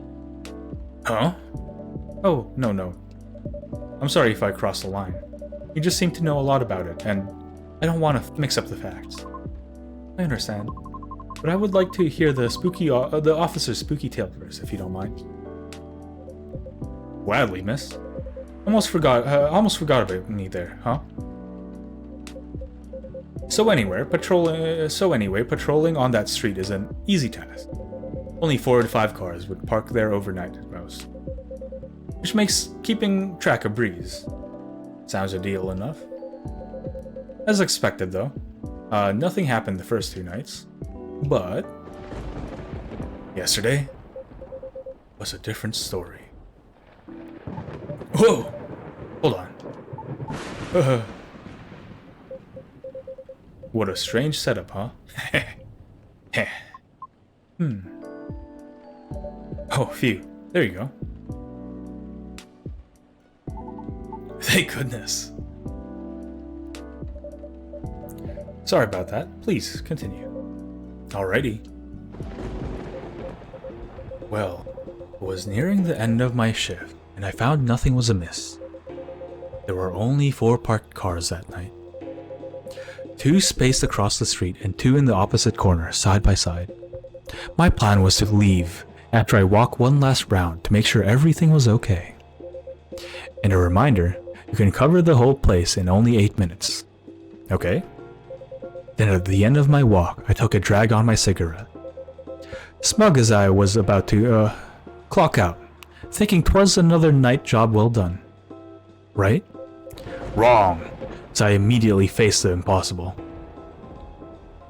ASMR Moody, oh no. 3 cars, 2 side by side, went across the street. All tires flattened. That's 12 vandalized tires for you, in the span of less than 10 minutes. That is so strange. It would take several minutes to flatten just 1 tire. And that's if you're using the right tools. Right? But that wasn't all. Oh no, it wasn't. Because that was the moment when the streetlights went out, suddenly and all at once. What? Right after that, I heard flurries of footsteps and laughter. Look at him. And they were going farther and farther away from the scene, and yet I saw nothing at all. Oh. Are you sure? Did the CCTV catch anything? The infrareds actually managed to catch something. But the videos weren't clear at all, so I'm still investigating. Jeez Louise, Pops. That's way spookier than what you told me in the car. But it's cool though. Heh. I may be laughing now, but I almost pissed my pants there, you see. Well, whoever they are, they sure work fast. Right? Anyway, Moody, I think I want another drink. All that talking is making my throat dry, and the coffee just ain't cutting. Roger that. What would you like? What would you suggest? How about some tea with ginger and honey? Sounds good. Can you use the red flower stuff you have as a base? You mean hibiscus? Definitely. Okay then. I'd like red flower tea with ginger and a touch of honey. Just a touch. Say. There we go. Red flower tea, ginger and honey. I wonder what special thing this makes. Jahi Rosella.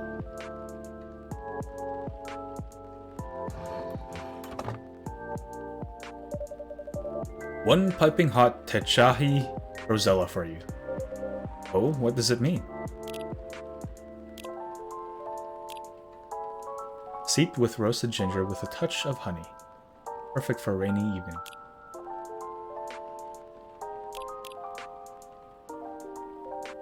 Born and raised in Seattle, still a lactose intolerant cop.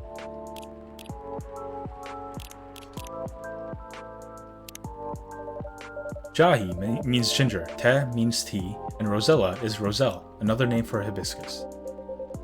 I see, a legit herbal drink. Spicy but perfect for the weather. Good call, Moody. I'm happy to please. If that's the case, let me join your patrol, Pops. 'Cause I'm not scared of ghosts. Real being scared me more. Wait a sec, kid. What do you mean by ghosts, eh?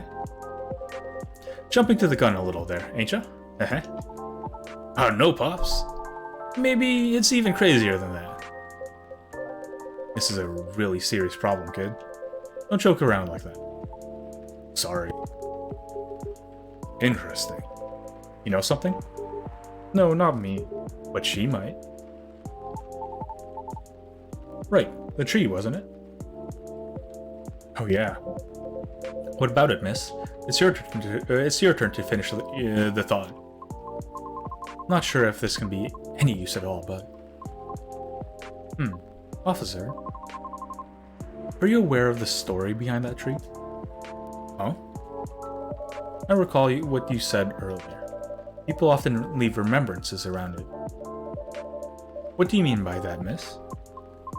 Well, it's because someone passed away there. What? Allow me to explain. I mentioned there was once a flea market on that street, correct? Right. They called it the Fairy Market. It was unofficially set up by the transients of the community. Transients being the government's term for unregistered citizens, including all of the other uncategorizable beings at the time. Fairies were a part of that. Huh.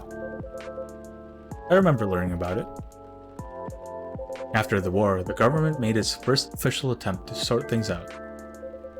Organizing equitable classifications was thought as one of the first steps towards civil peace. But it was oversimplified, inefficient, and not speedy enough. Was all that because of the Vindication Act? Way before that. Many who couldn't register were basically in the administrative limbo. What? That's as good as, not existing at all. Really, that's horrible. It was the main reason why the Fairy Market was created in the first place, to ensure transients' survival throughout the changing times. In more ways than one.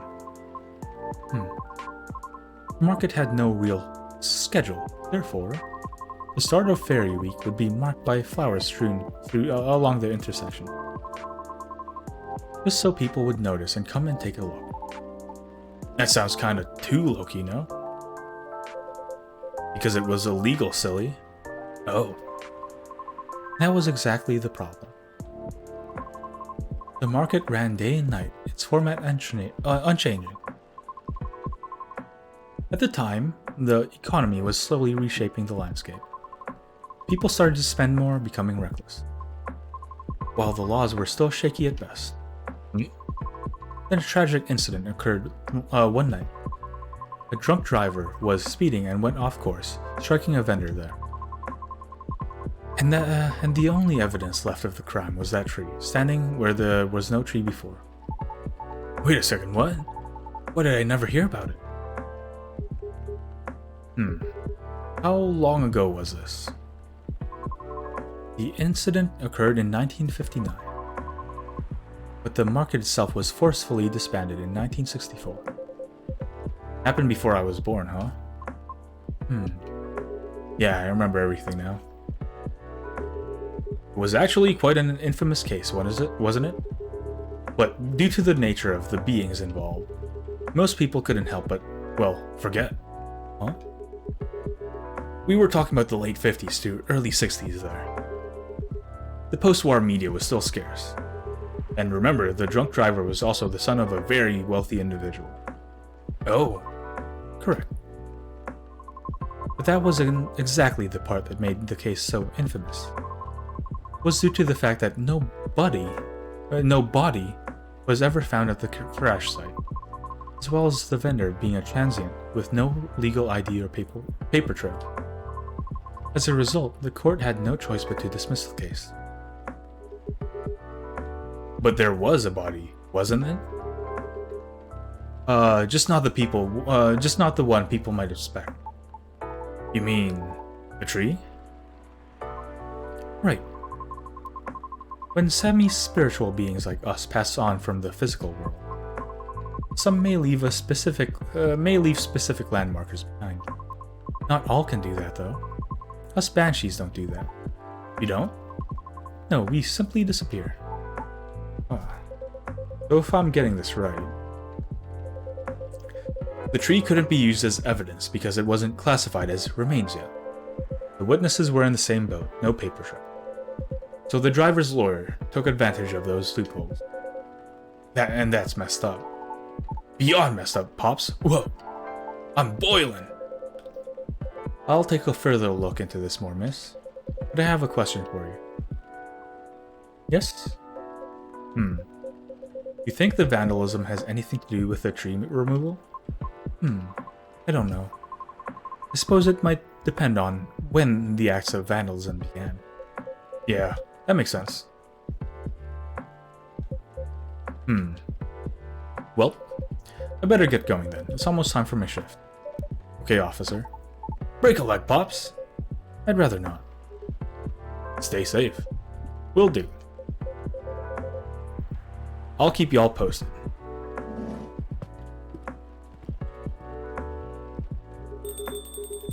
I'd better go as well. Got an early shift tomorrow. There's one thing I want to confirm though, if you don't mind, miss. Yes? It's about the fairies passing, and how everyone ends up forgetting about it afterward. I really thought that was just a myth. I guess not, unfortunately. That's why there used to be memorabilia around that tree. They were efforts by those who remembered to preserve the memory. But it wasn't enough, was it? Else we'd still have the tree. It really makes me question my memory. Are there any people I might have forgotten? Were the events I missed? Were there events I missed? It's quite scary to think about. Beings like us being forgotten is inevitable. So, no need to feel bad about it. Is that so? Oh, I didn't catch your name, by the way. I'm Gallo. Oh, I'm Luke Street Fighter. Nice to meet you, sir. Well then, nice meeting you. Good luck with your future auditions, Miss Riona. Thank you. See you around. Bye, Moody. Take care.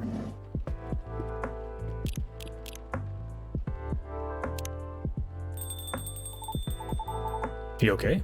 Getting real late. Still want to talk, but if you're tired, let me know.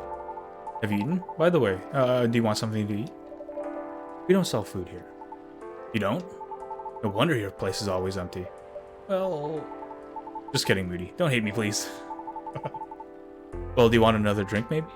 I wouldn't mind one. Nice. What do you feel like having? Nothing without milk. A fresh feeling and some brightness to it. I'm also quite partial to the blue pea tea. Oh. Okay, I'll order something for you. May I? Sure.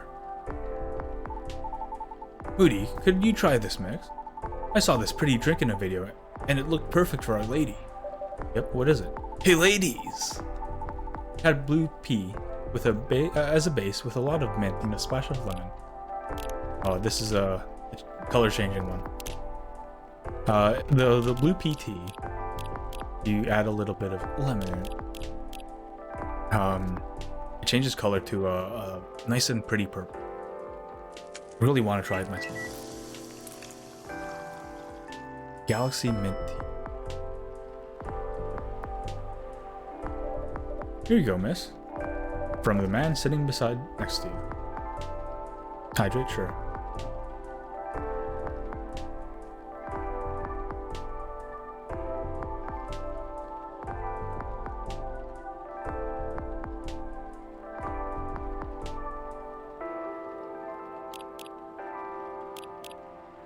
Thank you, Jimmy.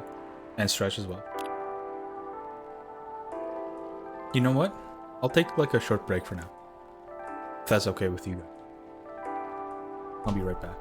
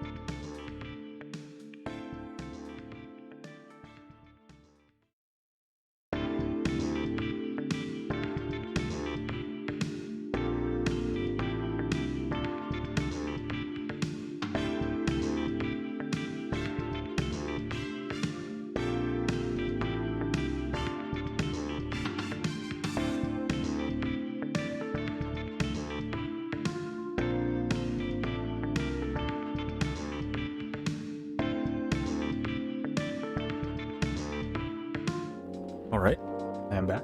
Hello, everyone. Witness the Morphing Nebula. As a lemon is poured into the cup, magical and refreshing.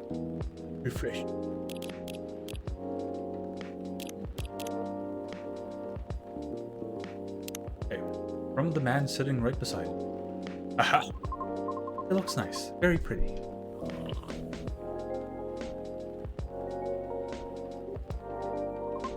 I like it, thank you.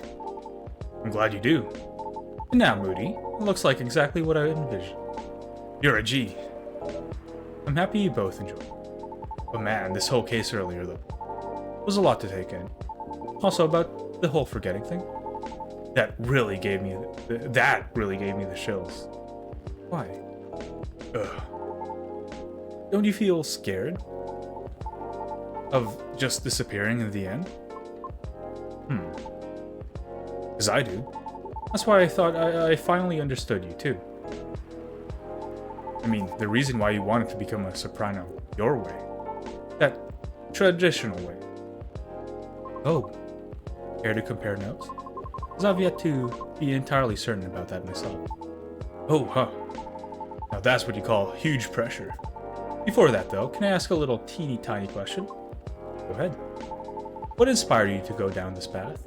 I mean, I may have an idea on why you're choosing the hard way, but why a soprano in the first place? Because it's been done before. Pardon? Because there was already a banshee who did it before. So I know it's not impossible. Whoa, for real? Her part was that of Sorbet Aria, and she was not very well known. What is a Sorbet Aria? Oh, I mean, she was a secondary character. Back in the early 19th century opera, sorbet arias would be swung towards the end of the second act, usually before the evening ended. Hawkers would use the time to offer their wares for the last time to the patrons. Hawkers would use the time to offer their wares for the last time to the patrons, often desserts, hence sorbet aria. Oh, I see. Like background singing at the end of the show or something? Yes. Things are different now, because people are expected to listen to the end. First time I heard her voice was on an old recording of a comedy opera. I was still very young back then. Who was playing a confused maid role at the very end of an opera, wondering why and how people could act so crazy when in love. But despite her confusion, she thought she wasn't so old that she couldn't find out the reason. It was a very funny epilogue. But hearing a banshee sing such a playful and lighthearted piece was truly an eye-opener for me. Oh man, I bet it was.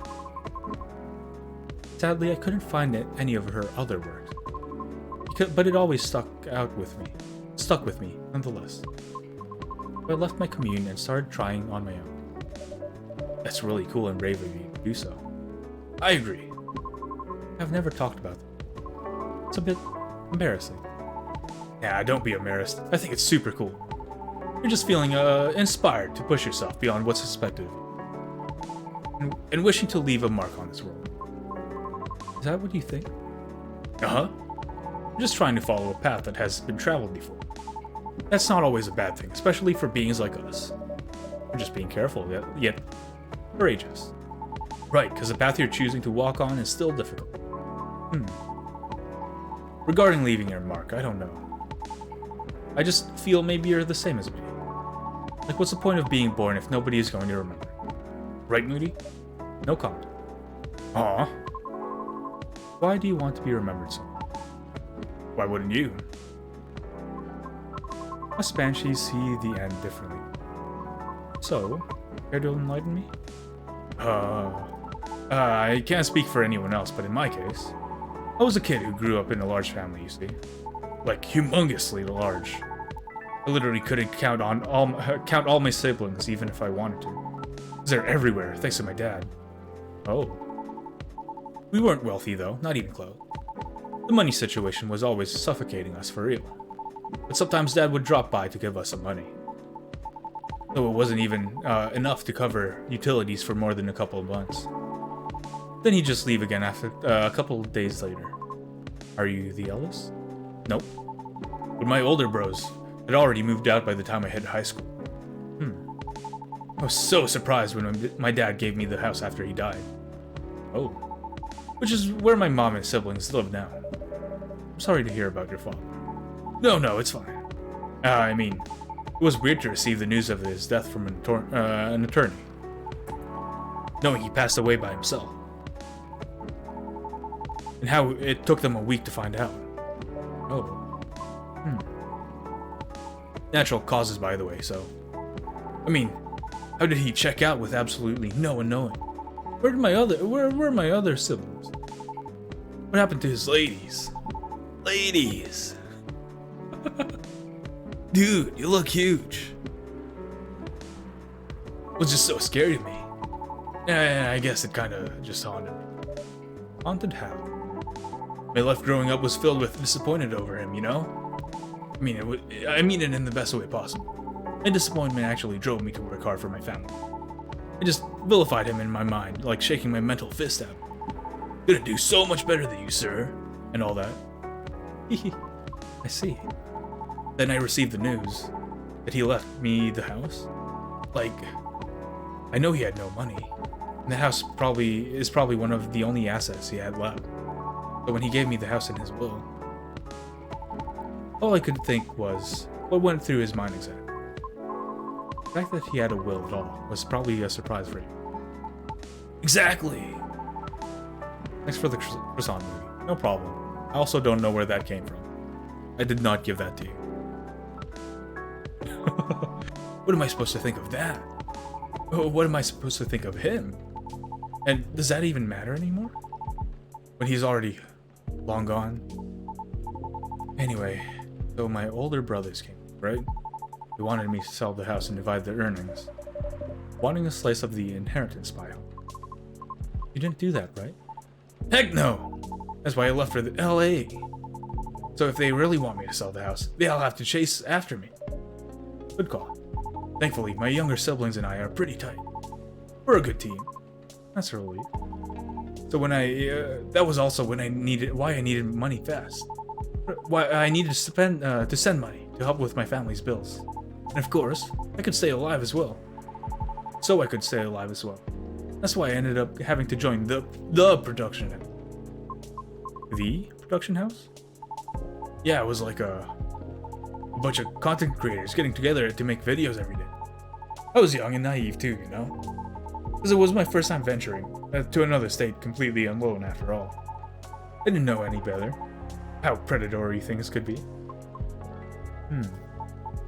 Man, this isn't even gonna be an entertaining story. If you're uncomfortable, you don't have to talk about it. No, it's not that. I just really didn't like that production house. But I really needed the money. Someone there saw my blogs and invited me in. And as one of the youngest there, I tried to get along with everyone. But you see, we were all creators in the entertainment industry, right? Which means we all had huge egos. So naturally, there was somewhat of a hierarchy of sorts. Trying to be all around helpful turned me into the butt of the joke all the time. That didn't discourage me all that much, by the way. I mean, I also learned a lot there, not gonna lie. Still. But what ended up destroying my willpower was actually something real close. Myself. What do you mean by that? Well, in a house where everyone wants to be the main character, each of us would need a solid, distinct persona, yeah? Eventually, I was assigned one too. Which was supposed to be a good thing, but they wanted me to be the worst version of what I am, essentially. With heavy emphasis on what. Oh. I had a lot of nicknames too, like, "Hey, baby goat. What are you up to now, satyr boy?" "Here comes a party goatee." "Mr. Excess, you're gonna go fishing again tonight or what?" Fishing? You have to go out and try and hit on people. And we weren't allowed to come home unless we failed spectacularly scored. Ooh. Always tried to be the punchline though. Because there were always more views when something ended badly. But it was still the worst because I really had to act it all out, you know? Bothering people for pretend dates, be sort of a dumb jerk for jokes. Just so it looked fun for the camera. Even if scripted, I really liked doing it, honestly. Because in the end, all of it reminded myself of my dad, you know? I kept thinking, does the apple never fall far from the tree after all? So yeah, the whole thing was just really sucked. Had it difficult. Yeah? Well, long story short, being tokenized sucks. The end. No disagreement there. Sorry. I swear that wasn't what I wanted to talk to you about. It's fine. I actually learned a lot this evening. I just don't want to take up more of your time. So, can I just ask you a more direct question? Sure. Great. Would you be interested in guest starring in my new show? I realized I was just being dumb the day we first met. I kind of forced my thoughts on you. And I was just being a general smartass. I underestimated your straightforward efforts because I was jealous of your solid resolve. Since everything I did was anything but. But you succeeded eventually. And you worked hard for it. Yeah, yet I almost ended up losing sight of why I'd been doing all this in the first place. I went with the flow, made excuses a lot. All to justify the gain, but to what end? That's why I've been trying to put together a talent showcase, for those who need the extra exposure. It's going to be a small production thing. It'll be paid, I swear. Not with exposure either. Though it won't be much at first. Because I don't have that much money ready to use at the moment, so... wait. This is a bit sudden, don't you think? No pressure, though. How does the show work? Well, I'm not 100% sure of the shape of it yet. But ideally, it'll have something like an interview at first. Then I'll record your single. I'll bring all the gear. I will also be doing all the editing and stuff. It's gonna take a bit of time since I still have my main show to do. But it is my vlogging journey on my own too. So I bet you the result will still be top quality. Your show will tank if I'm the first guest. You realize that, right? If it does, then it doesn't deserve to exist. I don't care about haters, but you do. That's why I won't push you. I'm flattered. But no thank you. Okay. Thank you for considering me, though. Thanks for giving it a thought.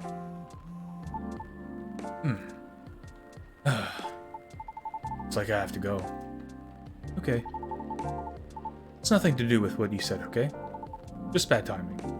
Yes, I get it. Cool. Hope we can meet again like that. If you want to. Maybe. I'll take it. Thanks for your time too, Moody. Sorry if I bored you. No, truly, it was my pleasure. Cool. Okay, I really have to go. See you around? Safe trip. Alrighty, see you, Moody. Come again soon.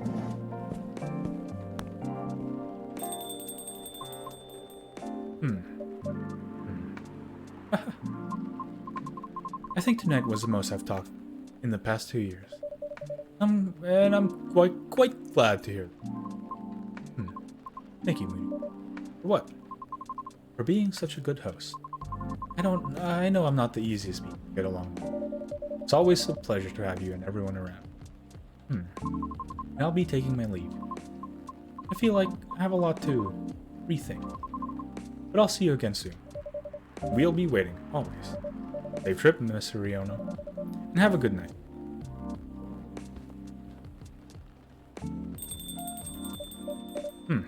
Phew. I think I'm done for the night. I hope everything will work out forever.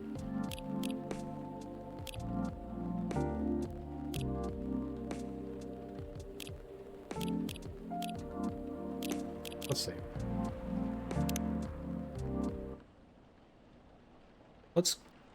Let me see. Let me go back to before I do anything else. Wednesday, September 27th.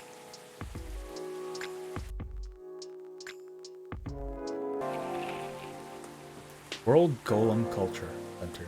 Grand opening. Be held in Bhutan. Lunar Cell Panel Prototype. Newcomer Progressive Elven Metal Band. Avathor. Tops US Music Chart. So, main menu. Let's see. Okay, we made a bit of progress. Maybe we'll do one more night before we end the night.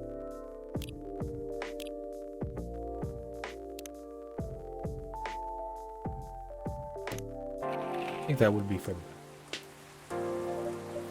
Let's see.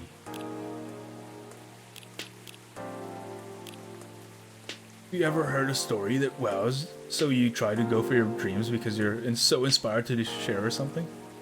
Wait, to do something or anything? So weird. You ever heard a story that wows, so you try to go for your dream because you're so inspired to do something?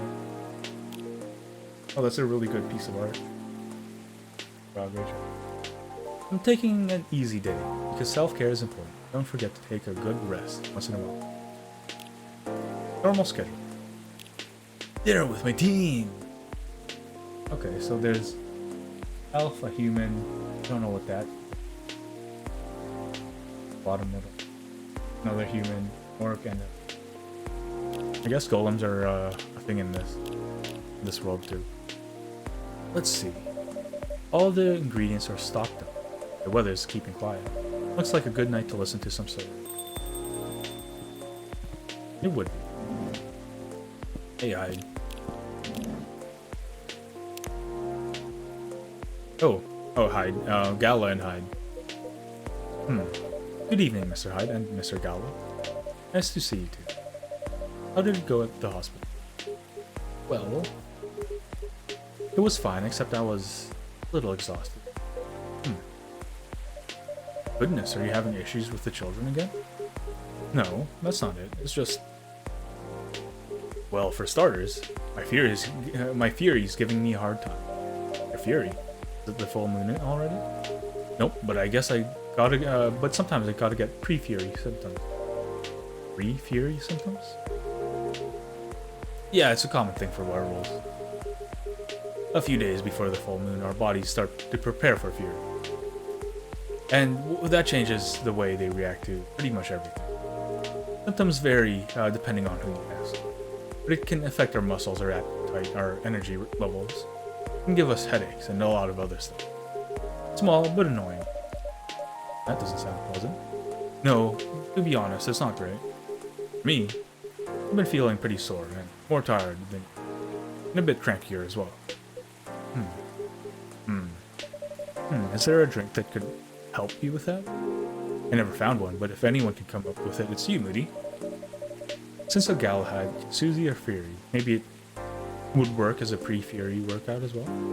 Maybe, but I think it need to be more relaxing. Like a Galahad, but with no caffeine. Maybe blue? Okay. What was it again? Blue pea, no.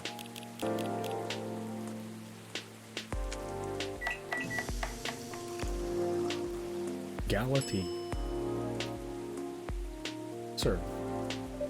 Here you go. A gala tea for you. Did you come up with these names on the spot, Moody? Do you come up with these names on the spot, Moody? Ah, no. It takes a bit of soul searching. Tailored to the situation, so that almost makes it sound like you know in advance what what we're going to order. What we're going to order. A silky but spicy beverage. Soothes furious emotion. Miss Dormant Lloyd's back. We're closer to friend, being best friend. Veteran now working in the hospital.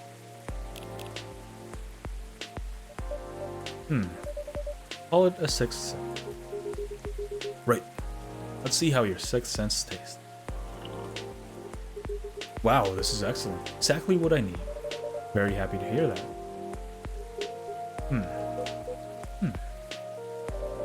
What's with the long looks, you two? Did something happen? Naturally, Moody. I guess I'll just come out with it. I need your help.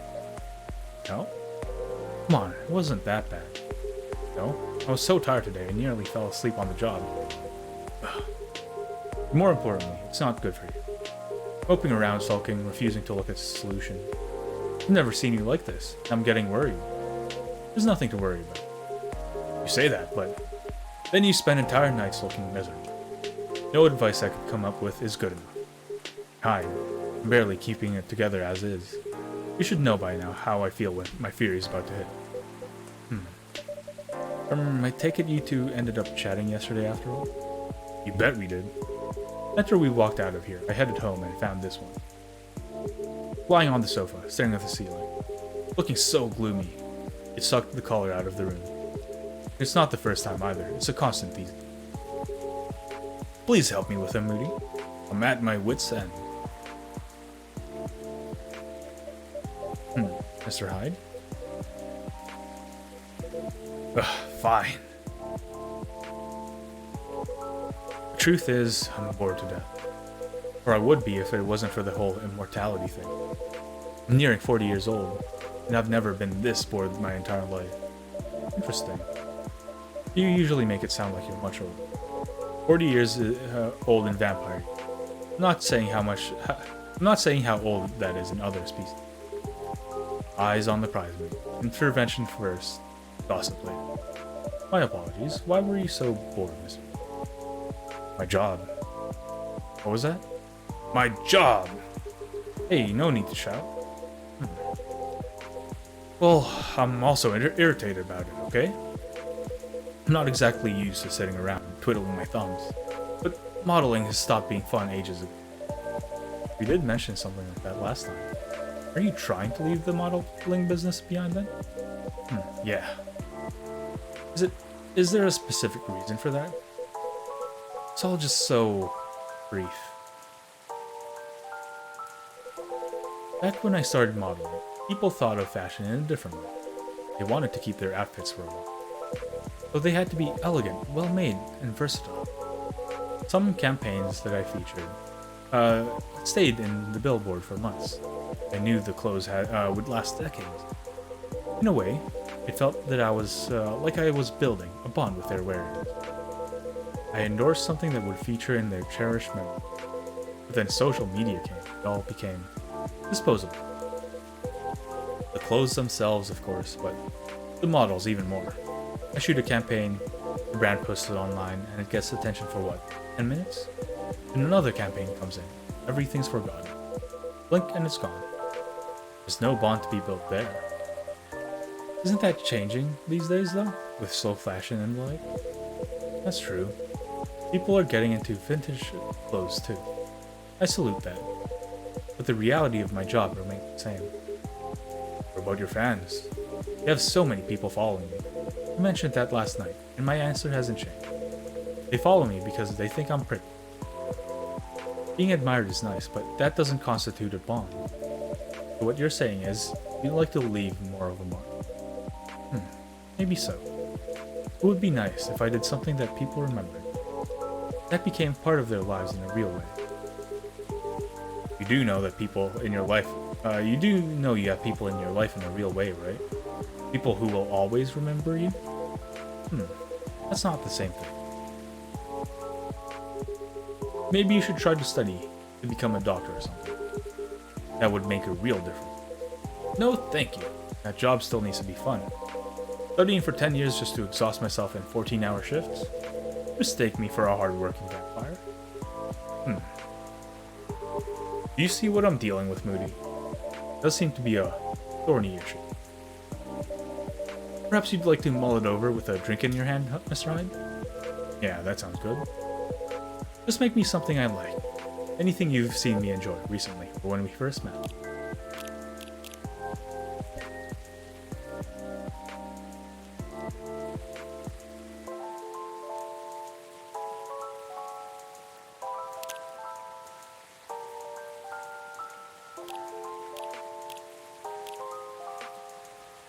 I don't remember what he wants.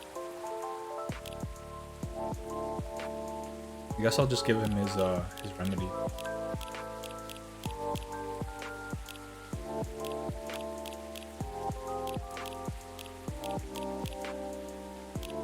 Might have dreamt.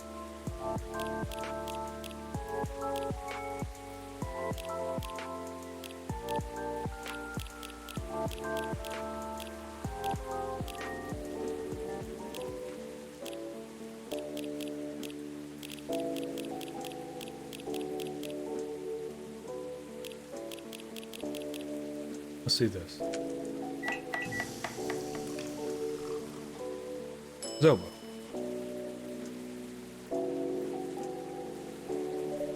Here you go, Mr. Hyde. You seem to like this well enough. Nice, Moody. And you lost your bet, Hyde. A bet? I was swallowing in self-pity yesterday. Told him many people cared about him. I bet you could remember what he liked, even if he gave you no instructions. So now I get to say that I was right. Hyde gets to buy me dinner. At a place of my choosing. Ugh. You're going to pick that horrible steakhouse again, aren't you? You know it. Have you won other bets in the past, Mr. Gala? Let's see. Say it. You say it, Hyde. He's won every single one of our bets we've ever made. Wow. Yeah, I'm this close to being able to buy a new TV with the money I'm saving on food. Just rub it in my face, why don't you? Who's this? Oh, hi everyone. It's Lua. Hey, Lua. Hi, Lua. Busy night, I see. Hi, Miss Lua. Busy and lively, just the way we like it. That's good. I'm really glad you're here, Hyde.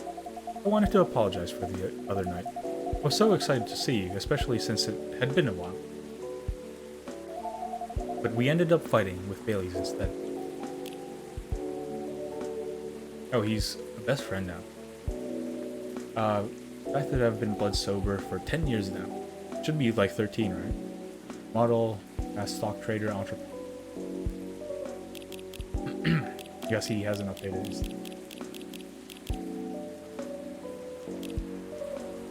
Hey guys, up! You must be getting bored of our arguments. That's alright. They're kind of fun to watch. How are things with you two, by the way? Just let me order before I answer. If that's alright, Moody. Of course, what would you like? What would you like? Spent the whole day talking in meetings and presentations. So I have a bit of a sore throat. Is there anything you'd recommend for that? Definitely something with lemon and honey. Sounds great. I'd love a lemon and honey drink then. I think it's tea. Tea. Honey. Actually, let's give her blue pea. How's this? It's not special. Trash it. I guess I'll just give her tea.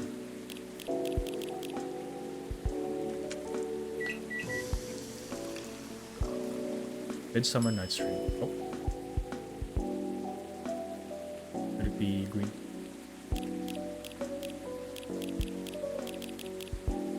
Blue!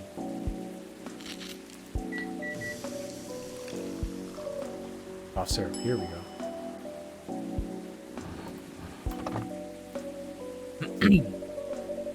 Here you go. Some honey to soothe, some lemon to boost recovery. Thanks, Dr. Moody. This is truly lovely. Just what I needed. Oh, she's my best friend now, too. Lover of the bright moon. Believer in a life without a fight. I'm a big fan of art and poetry. Working 9 to 5 in a trading company by day. Poetry week. museums on the weekend, enraptured by the forbidden fruit. Cough syrup. A cure for.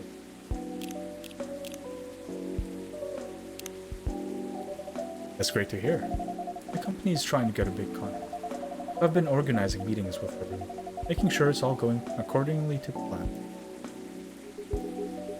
That sounds pretty tough. Yeah, it's a lot of responsibilities and decision making. And part of me likes that, but part of me feels the pressure of it. So it's nice to be able to unwind with a warm cup. Anyhow, to answer your question earlier, Gala, you've probably gathered that Bay and I have been fighting. Yeah, and Hyde told me a little about it too. Right, well, we haven't discussed the wedding for the past couple of days. And honestly, it's done me a lot of good. Thing is, Bay means he suggests all these things that he thinks I'd like, and that I should like them. He's paying attention, not just sending me random ideas. I should be grateful for what that he's trying to please me. But I get annoyed instead. I start feeling guilty that I'm annoyed, which makes me even more annoyed. Not great, I know. Well, it'd be easier if we always acted rationally. If only we got annoyed at the right people for the right reasons. But things aren't that simple, are they? It's true. So I guess if you figured out what actually it would help. Interesting. It's a problem. Not sure. First, I thought I was tired or worried. The decision making at my job is taking a toll for sure. It's a bit hard for me to also deal with organizing things personally. So the financial side of it is hard to navigate. I don't want Bay to spend too much money, but he's right that involving my family comes with strings attached. Not sure how to avoid that. But I'm realizing that might not even be the main issue. The more he sends me links to venues and caterers, the more it all feels wrong to me. Putting lemon in tea is always too much or too little. Yeah. It's a little hard to juggle it, right? It's a little difficult.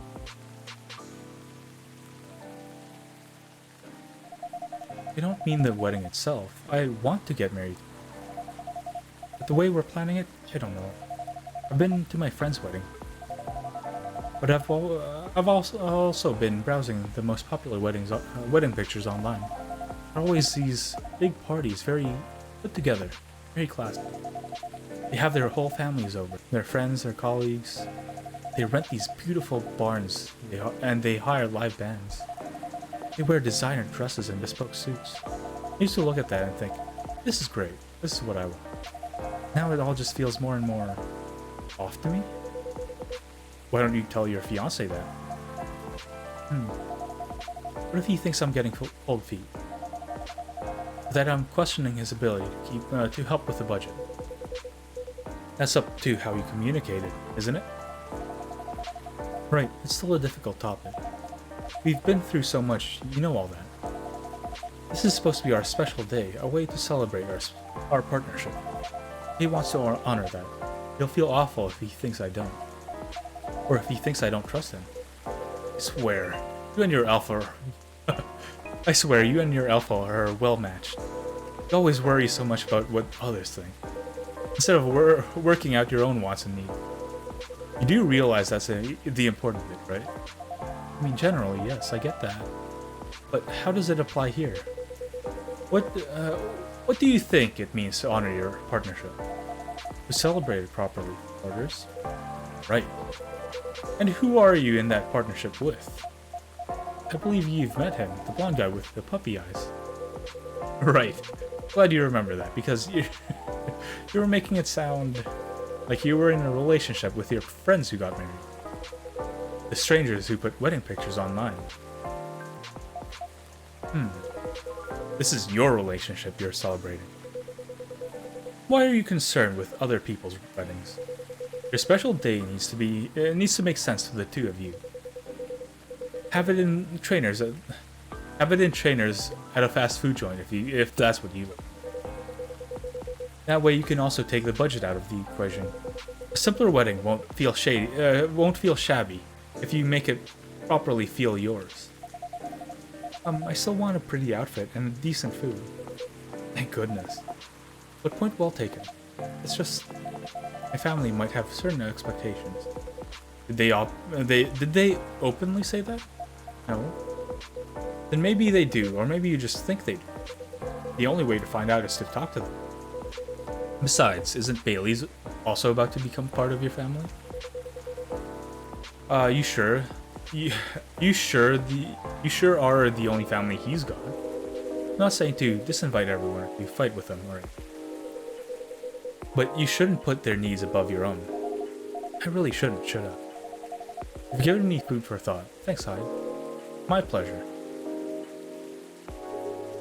Amazing how you perk up when Amazing how you perk up when you give people advice, Hyde. Maybe you should become a therapist. You should. Ahem. Gee, thanks for the vote of confidence. I did say I might become a couples counselor. But I agree with what you all implied. I don't think I'm quite tactful enough for that. Are you looking to change careers, Hyde? He's bored of modeling. Finds it a bit too impermanent. Wants to leave a mark. Wants to have fun. Just a very quick summary. Oh, I see. Well, is there any way you could make modeling? I don't think so. Last time I had proper fun was maybe 20 years ago. What happened then? I was modeling a capsule for a young designer. She wanted to take her own picture. She got a studio, logged the outfits there, found someone to do the makeup. Then she whipped out an old film camera, a proper relic. Hadn't seen one like it since the 60s. My granddad has an old black and silver camera with 2 lenses. Was it something like that? Yep, exactly like that. She said she preferred it because of the way it captured the light, and also because it was a slower experience. Something that would allow us to connect more. First, I didn't think much of it. I started doing the usual, posing, switching, posing some more. But something felt different, and I realized what it was. Most of the time, we were just talking. She only took a picture once every few minutes, if that. Is that unusual? Yep, most fashion photographers take dozens of pictures in a row. I felt a bit sorry for her, to be honest. I thought she didn't know what she was doing, and that she was wasting her money. But we both had a great time, and we kinda got friendly, I guess. And because of it, she let me use up the remaining exposures. I fooled around, shot some random stuff, and one portrait of her. Then she suggested I come with her to her darkroom. Watch how she developed the pictures and how they came out. You always did have a fondness for dark places. Comes with the territory. But as for the pictures, well, they were gorgeous. First of all, I looked really like me, you know? Me I could recognize. That's not even what stuck with me the most. It's the care she put into processing each frame. Working each picture through the chemical baths. Hanging them, drying them. It was like watching a magic ritual. And her portrait. When she saw it, she got a bit emotional. She said she was used to being on the other side of the camera. It was the first time she really liked a portrait someone took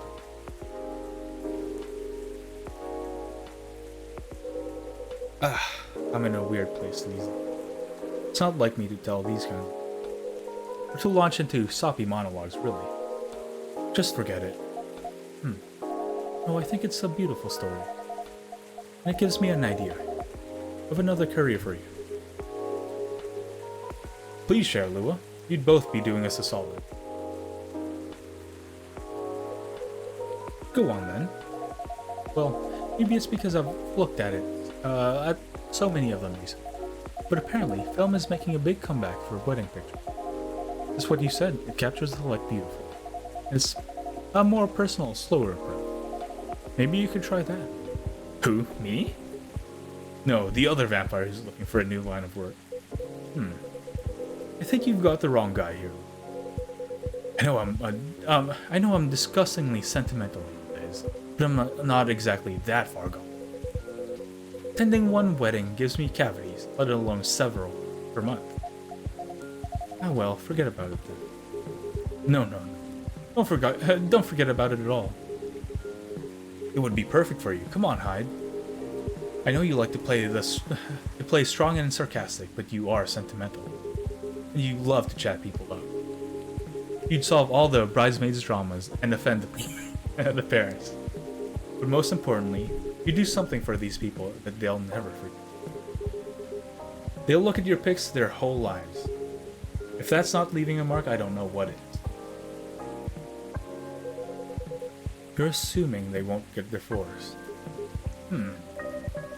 I don't know if this is the right topic for Miss Lula. It's alright. I know some marriages end, but that doesn't change anything, does it? Whether the marriage lasts a few months or several decades, the wedding is still an unforgettable moment in one's life. That career in the mafia is really looking up. You're hopeless.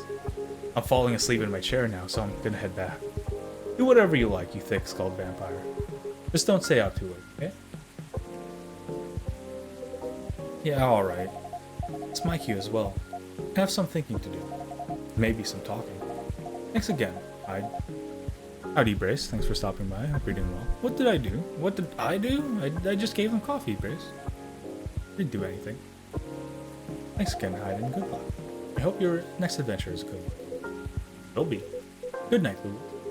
Good night, Moody. See you later. Good night, you two.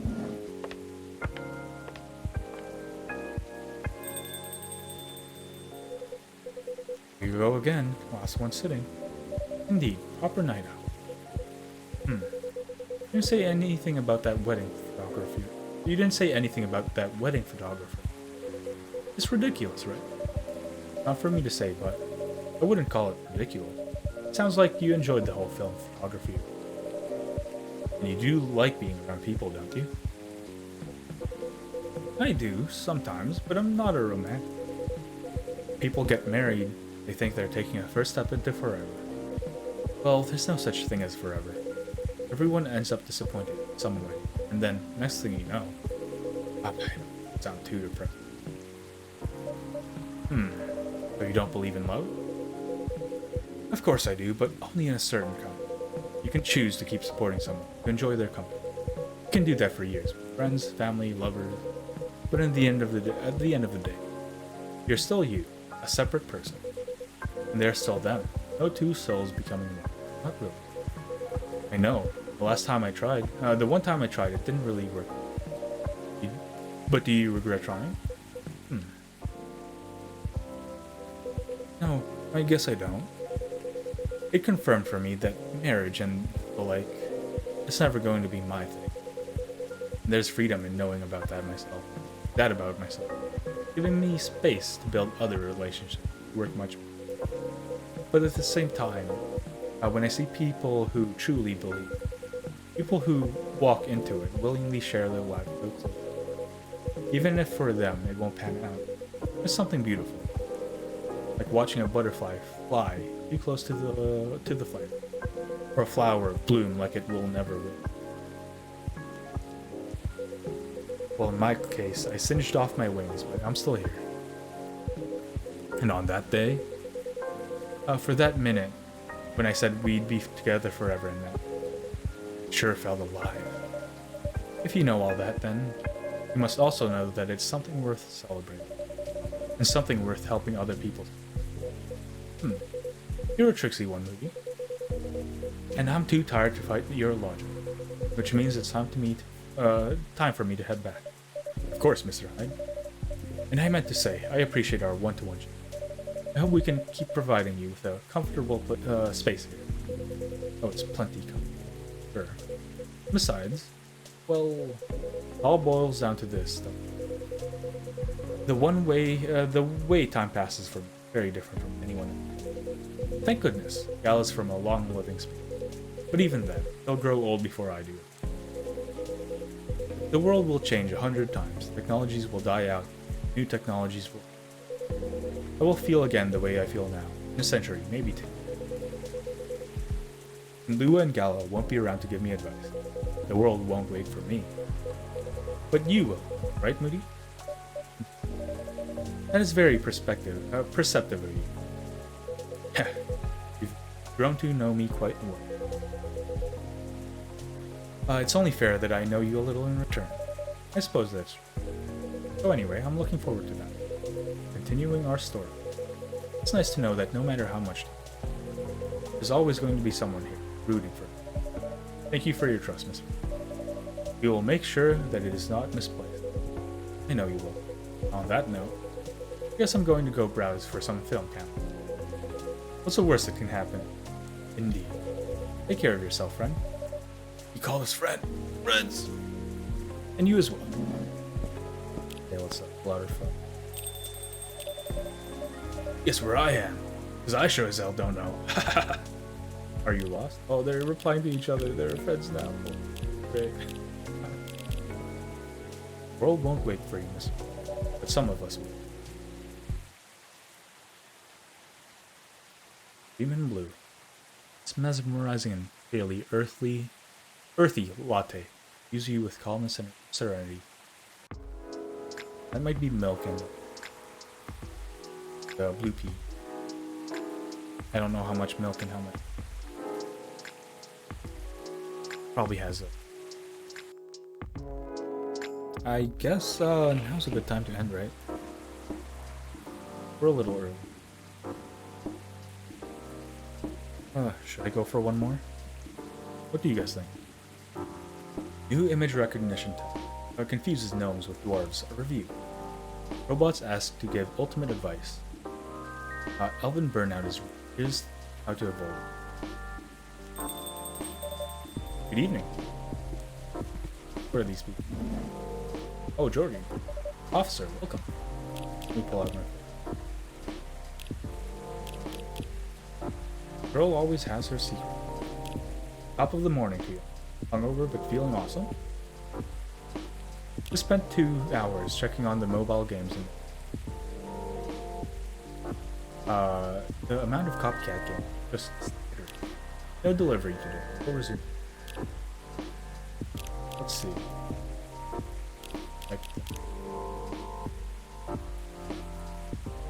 Let's see if there's enough content for you. You're not tired, keep going. Certainly. Let's go for one more. For real free. 4-hour streams are the norm. Nowadays. Officer, welcome. Hey, Moody. How are you doing?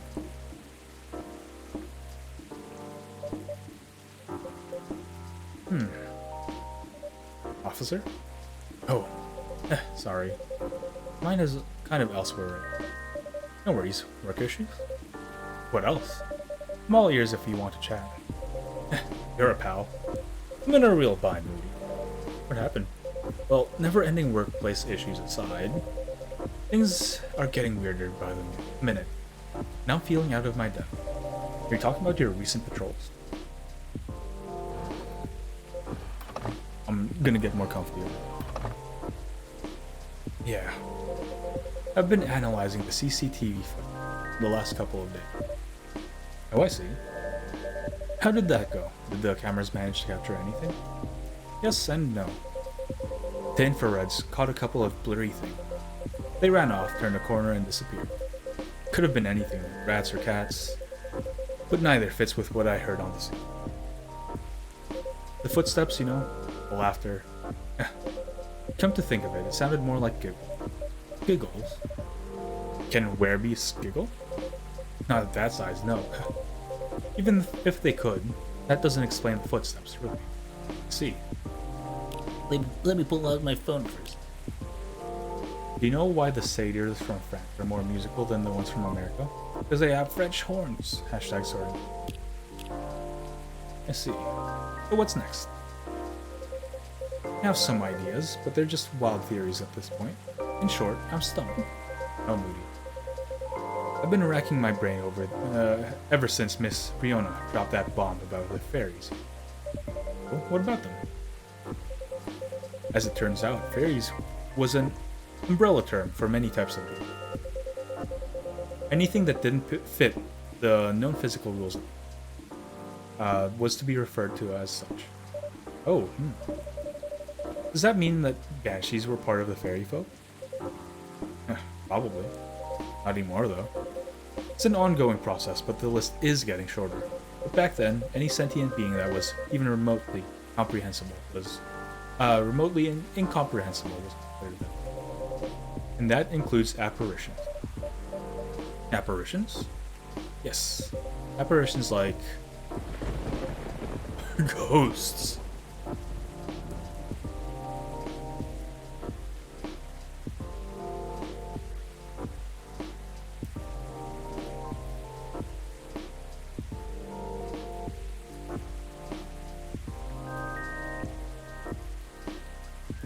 My throat's getting a little dry. Too much talking, I suppose. Ghosts. Ghosts? Ghosts! I see. What do you mean I see? Yeah? Does it sound like a bad joke to you? Not sure I follow. Bud, come on. Ghosts? Ah! Bud, come on. Ghosts don't exist. Do they? As if they do. All I can think about is that damn tree now. Ah, right, the tree. Does that mean it's haunted? It could be. Ah.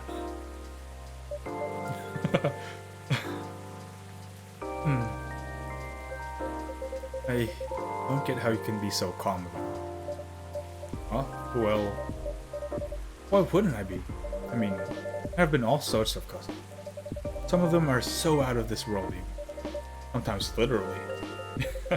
You're right. I guess you're not the only one who's being weird here. Don't say that. Everyone has their own peccadillos, I would assume. Do that. If you don't mind telling me, may I ask the reason why you're so afraid of ghosts? Gosh, no. That's a long story. Not something I'm ready to talk about. That's understandable. I'm just real bad at dealing with spooks. They make me question everything I've ever known. Huh? But I've always thought that you're pretty good at handling ambiguity. Not when it comes to supernatural. Because we don't know about enough about what's real and what's not. What will they do? Will they hurt us? Will they bring bad luck? Good luck? What's the truth? Who knows? Maybe you should take a day off and catch up on your sleep. Huh? What's that? Oh, no, nothing. You know, another patron suggested a documentary to watch. Yeah? Focus was on interesting drinks from around the world. You could find everything from the mundane to the extreme, from local comforts to really special stuff. And I kept thinking about one particular drink that might interest me. Something like a protection drink, made of coffee, honey, lemon, and a slew of other ingredients. Protection from what, Lou? From evil spirits and bad luck. Maybe it'll help ease your mind a bit? Ah, gotcha. Moody. Even if the whole situation is, haunted, there shouldn't be any evil spirits. Right? I wouldn't know. Okay, then make me this magical drinking fluid.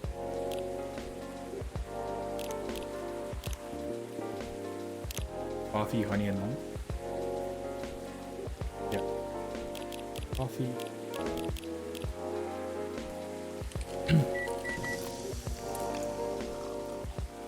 Oh. It's burning. It's a really cool drink. Here you go. Oof, careful. Dang, Moody. This is probably real, right? They just set it on fire? This spell-laden, alcohol-imbued Galician drink is known to ward off evil spirits. Just look at it. This is really something else. You sure it's okay to drink? I have no idea. I'll take responsibility if anything. Ha! I'm just being silly, aren't I? Sorry for bothering you with all this stuff, man. You even made this crazy drink to make me feel better. It looks yummy. It does look yummy. Don't say that. I'm always happy to help however I can. You know what? Let's look it up. Oh. Coffee. Kei Imada.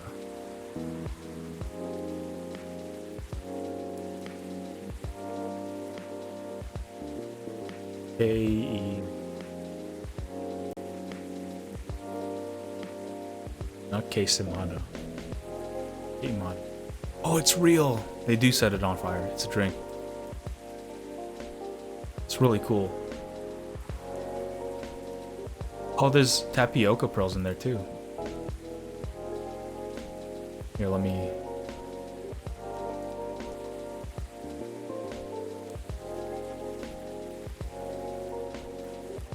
Look at this. It looks so cool. Boop. There we go. So lemon tapioca. Those are beans. Those are coffee beans, not tapioca pearls. And I guess honey too. What else is in it? Let's look. What else it looks like.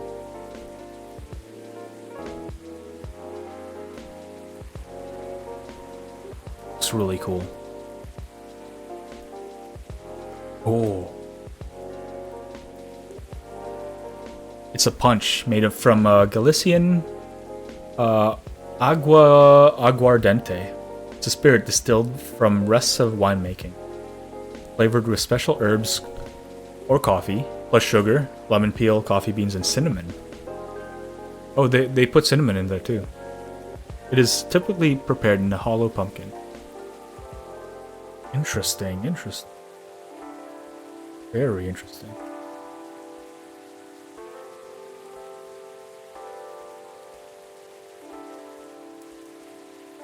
I want to try some.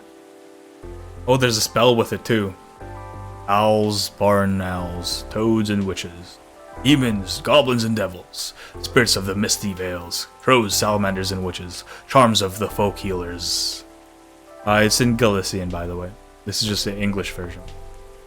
Rotten pierce canes, home of worms and vermin, wisps of the holy company, evil eye, black witchcraft, scent of the dead, thunder and lightning, owl of the dog, omen of death, maws of the satyr, the foot of the rabbit, sinful tongue of the bad woman, married to an old, Satan and Beelzebub's infant, fire of the burning corpses, mutilated bodies of the indecent one, parts of the asses of doom. This is really long. I don't want to read the rest of it. It's like more than twice, yeah. More than twice what I already read. I don't want to summon like a demon or something. I'm not going to read it out loud. We end it at the farts. But what is Galicia? It's Spain. Okay. It's Spanish, not like South American. Or Latin American. It's like from Spain. Interesting.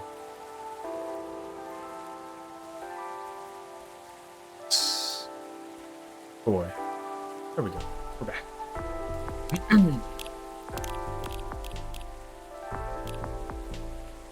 I'm always happy to help however I can. Thanks. Man.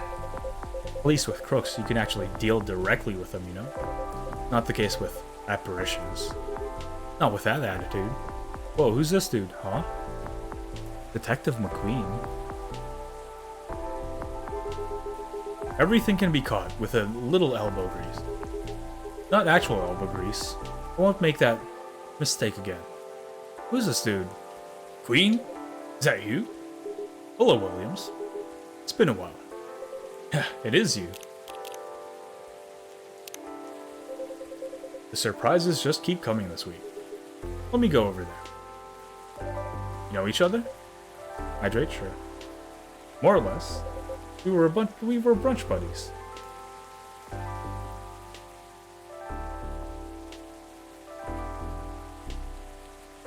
He looks like you, Tower Shield. A young version of you. We were brunch buddies. Brunch buddies? Brunch buddies. Feel like I'm meant to say brunch buddies in that same serious tone, but I don't like to talk about it. I still get night. I feel ya. I wasn't sure we were gonna make it out alive. We were truly the lucky one, without a doubt. I'll just take both of your words for it. Good. Because I don't like to talk about it. What brings you here, detective? Surely it's not the coffee. Secret police reasons. I've not read the briefing yet. But enough about me. Tell me about your supernatural problems. Yeah? You need me to bust a ghost? Oh. Well, busting might be a bit much. I was just talking to Moody about getting over my fear of this. And ghosts? Something like that. I'm weak against ghostly looking stuff. I got freaked out easily. For example, I admit I got a little spooked by what happened on Bourne Street the other day. Ah, I remember that. I know very well that unchecked fear leads to prejudice. That's why it's a no-no in my book. It even pains me to admit that out loud. Sometimes the toughest case to crack is ourselves. Other times it's ghosts. How do you do it, detective? Your cases, man. I'd probably have lost all my hair out by now if I were you. Try not to think about it all that much. When I do think about it, I think, who else will do it? Nobody, that's who. Yeah, that makes sense. No. Once you get over the dead part, they're just like you and me. Look. I remember this one case when we were investigating a haunted apartment. This lady, her husband had recently passed away, but wasn't moving on. Yeah, if you get my drift. Real deadbeat couldn't take a hint. Anyway, we had to go in and exercise the place, right? The husband, he caught wind and he's retreated into the basement. Won't get into the technicalities of it, but it's hard to get a ghost out of a basement or attic. It's all about the angles, really. I mean, I get it. That used to be his home. All his stuff is still there. It's hard, I get that. So I'm slowly going down the stairs to try and coax him out. Bam! Next minute, all this romantic music is playing and the whole place is lit by a spotlight. Basic sensory illusions, classic ghost tricks. Then before I know what hit me. I'm sitting at this pottery wheel and he's behind me. Wait.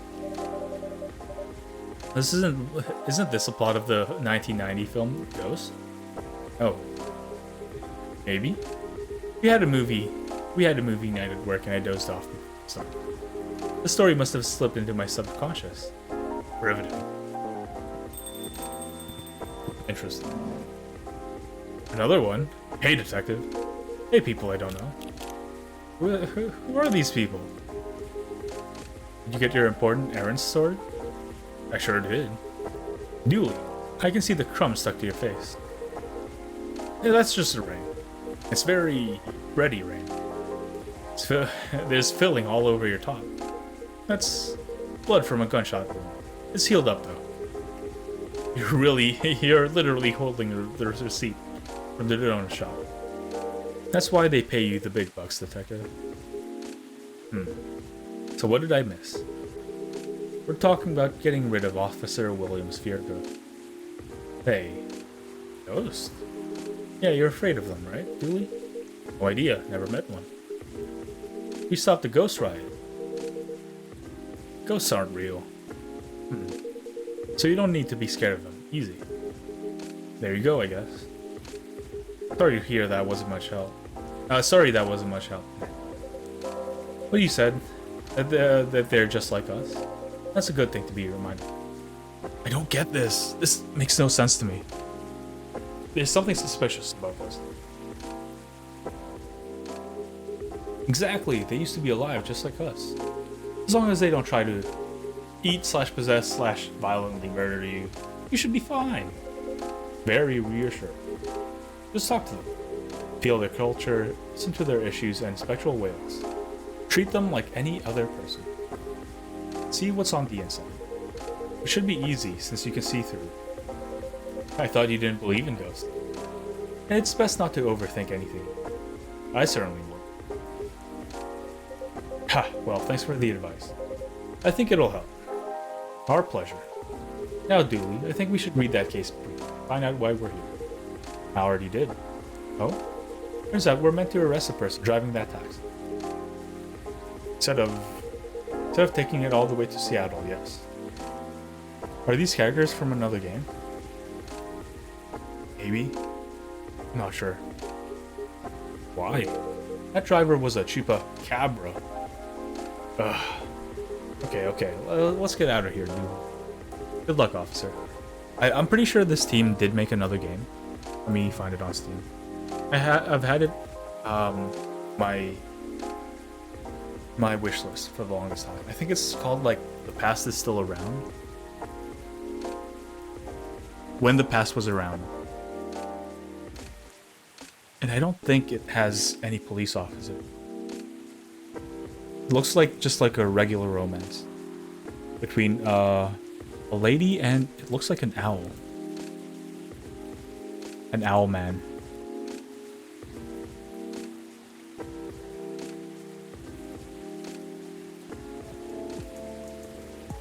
Yeah, an owl man. I've had it in my wish list for the longest time, but I haven't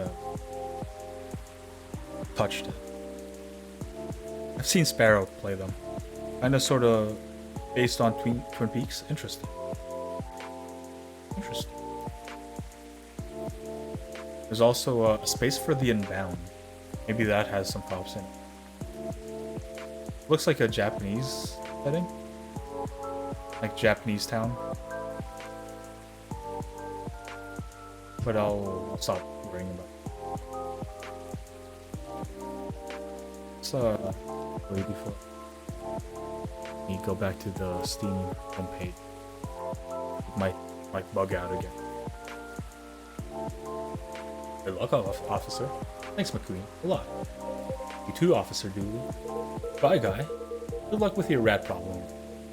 Bye, Coffee Wizard. Take care. Coffee Wizard? Didn't even get a cup. That was quite something. Well, what do you know, Moody? Looks like my good luck is back. I'm feeling like $1 million now. I'm very glad you do. Haha. Thanks anyway, Moody. I really did nothing much. Are you going to be okay? Okay, enough to start thinking about what to do next. I'm done here for the night. You have a good evening, okay? Please keep me updated, officer, and stay safe. Will do.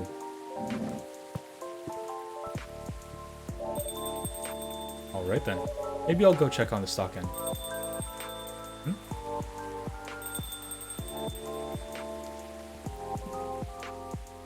What's happening? Oh, her.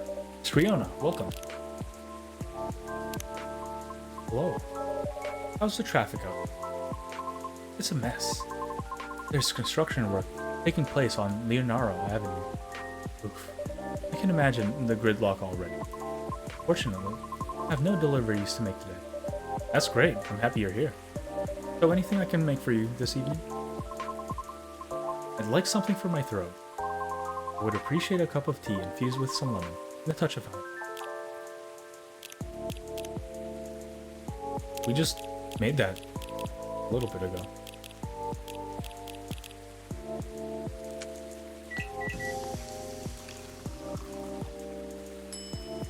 Oh, it was the other one. Cup of Midsummer Night's Dream. That's what we call it here. Are we best friends now? No, just...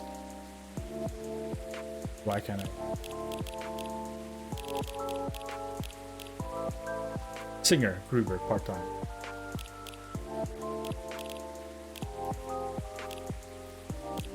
Tea, lemon, and sweet and memorable. Some other time. How whimsical.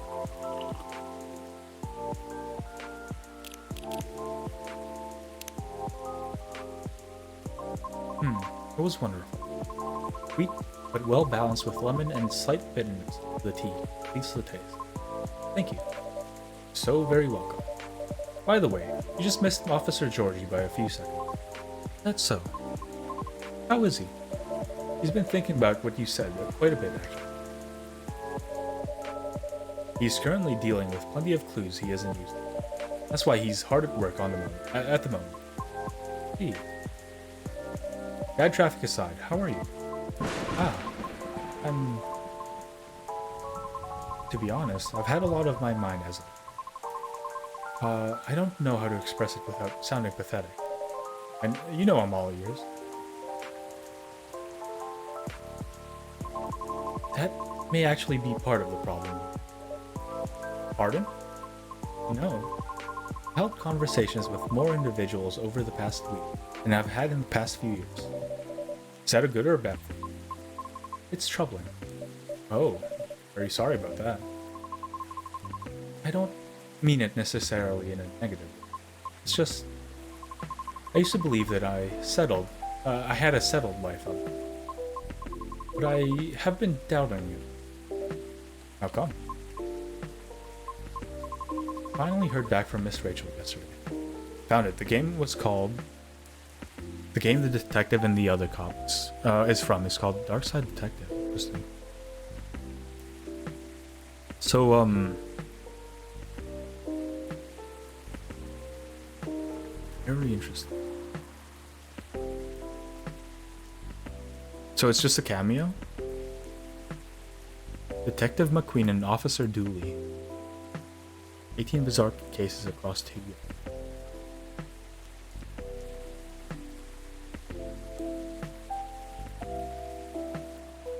Yup. Is it from the same publishers? Doesn't seem like it. Probably just friends.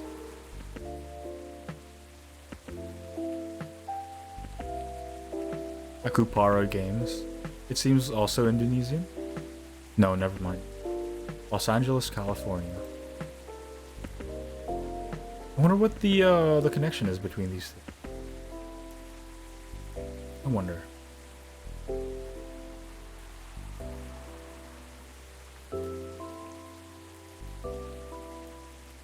Probably just like indie game buddies. Oh, no way. Yes way.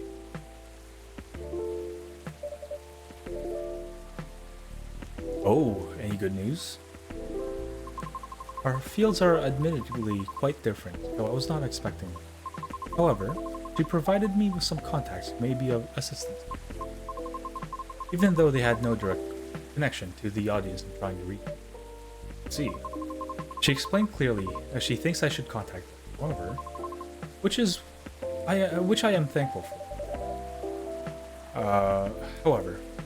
Actually, she explained clearly why she thinks I should contact them, which I am thankful for.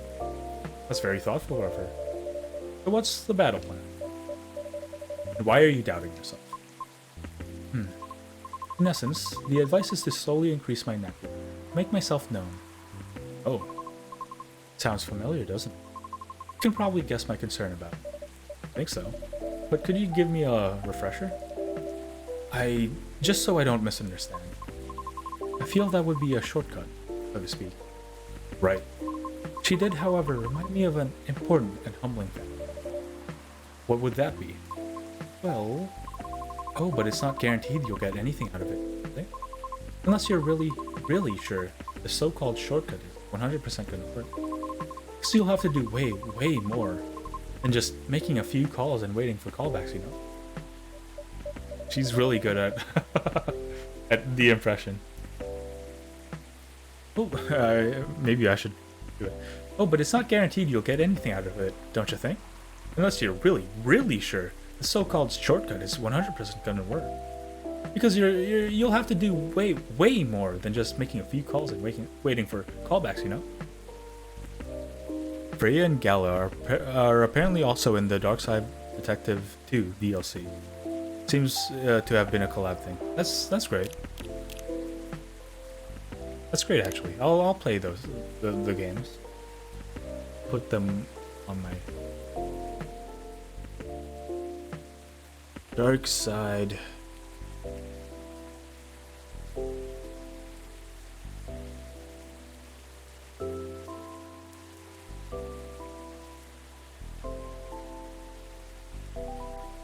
That's very interesting.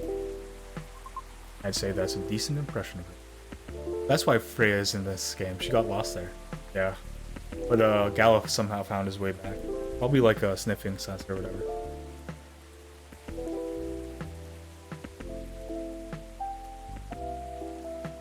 Thank you.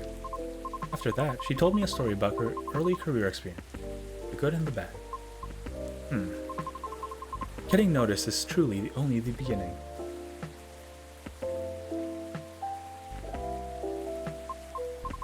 Then it is either a matter of letting your talent speak for you, or you go out there to develop connections with the right people. Even then, there's still no guarantee of success. After listening to her explanation, I respect Miss Rachel's determination. I can certainly see how it worked for her. But then I was left wondering whether Mr. Lucas meant something similar during our first meeting. Right. Thought it all sounded similar.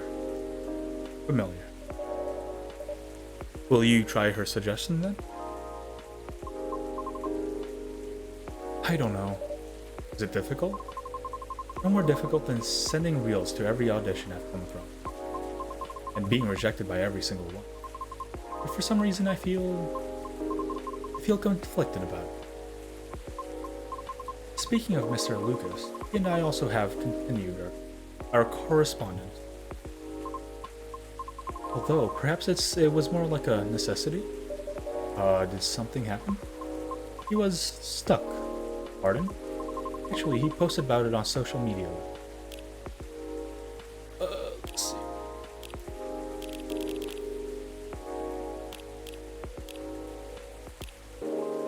Oh, I think so. Yeah. Oh? I might have seen it. Did you? I came across it while I was updating my schedule and responded out of concern. Then he called me, almost immediately. He was... Ow. All sounds in order. And extremely drunk? Really? He denied it at first. But it was too obvious not to notice. Told me he was walking aimlessly, deep in thought, and entered Cary Park without realizing he had done so. Must have been some deep thinking he was doing, because I think it rained pretty hard last night. Well, I wouldn't know. The bus to and from there is currently not operating after, which is why I sent him a message informing him back, as he seemed to be unaware of it. Right. So he called me to ask if there was any other mode of public transit. Wouldn't it have been easier for him to just call a cab? He told me he wanted to know the city better. Midnight? Why not? After all, you operate your business after dark yourself. Touche. Perhaps he just didn't want to go home yet. I might be mistaken here, but I thought he didn't like drinking. Wasn't it party? Nevertheless, I think last night was quite different. It appears he had dinner with his team. And he needed the extra courage in order to negotiate with them about his new proposed direction. Oh. I see. I suppose it didn't go as expected. Perhaps. And I know that feeling all too well. Miss... However, he said he will keep negotiating until they reach a compromise. That's good. Is it though? Miss Rachel told me about the hoops she had to jump through at the beginning of her career with her teammates as well. Likewise, Mr. Lucas has had to work to obtain the approval from his team for his actions. How can they still be so positive? What do you mean? I cannot picture myself convincing others to give me a chance like that. I almost wanted to ask, why do we have to be at the mercy of them in order to succeed or fail? Can't talent speak for itself? But if I truly believe that, the number of rejections I have received so far should have stopped a long time ago, shouldn't I? Right, and that's why it doesn't work now. What do you mean? To let talent speak for itself, we would have all the same. We would have to have the same standards. I see what you mean. Art would cease to be art if it were standardized, wouldn't it?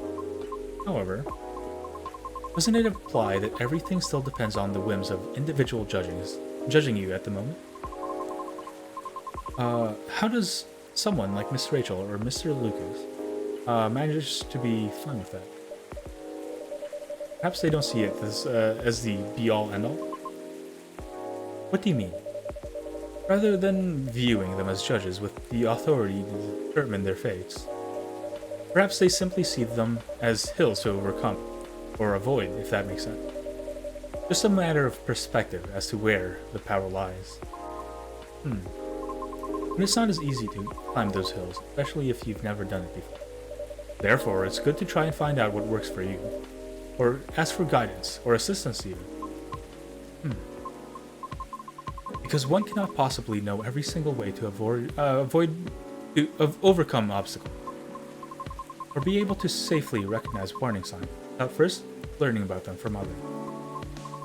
Is that what you were trying to say?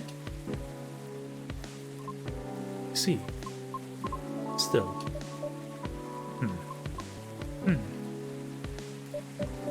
Miss Riona?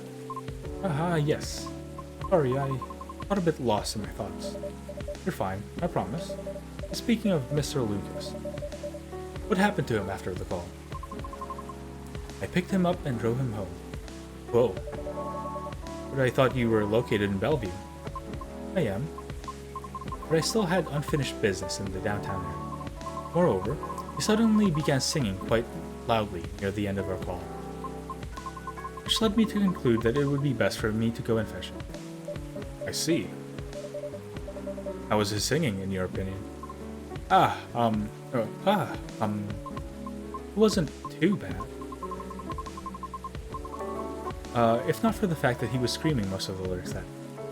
Well, his hoodie was soaked when I arrived, so he had to take it off before getting into my car. Thankfully, the water did not completely soak through his shirt, so he remained relatively dry. However, I still had to lay down the seat covers as his fur got rather wet. I hope he didn't get sick then. Aside from all of that, is he okay? Considering the situation you mentioned earlier. Well, he happily asked me to do karaoke with him, which I declined. Probably for the best. Could have been entertaining though. I ended up taking him for a drive though, as I needed to take care of my unfinished business. A late night delivery? No, I was buying a pie. Midnight? Yes. Why? Concerned you may have a competitor? No, not at all. Maybe a little. Oh, Moody. You will be fine. I sort of want to know, just so I can inform Officer Georgie about it. Oh, why? His daughter loves pies. When his car was vandalized, Officer Georgie had plans to buy pies for his family's get-together. But the report took a while and the weather was bad.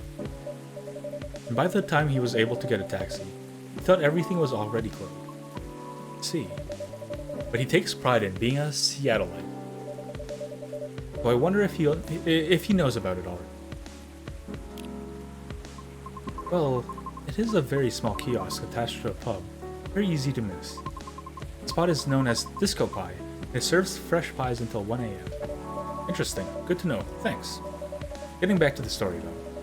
You both went for pies then? Yes, and that seemed to fascinate him. What did you each get? He ordered a slice of warm apple crumble, with a scoop of French vanilla ice cream on it, and a large cup of piping hot coffee, with a little bit of milk. Ouch. I feel betrayed, truly. Oh. But it was my suggestion, since I thought he needed to warm up. Double ouch. I apologize. I'll live. A little piece of advice though. A glass of warm water might be better for the inebriated.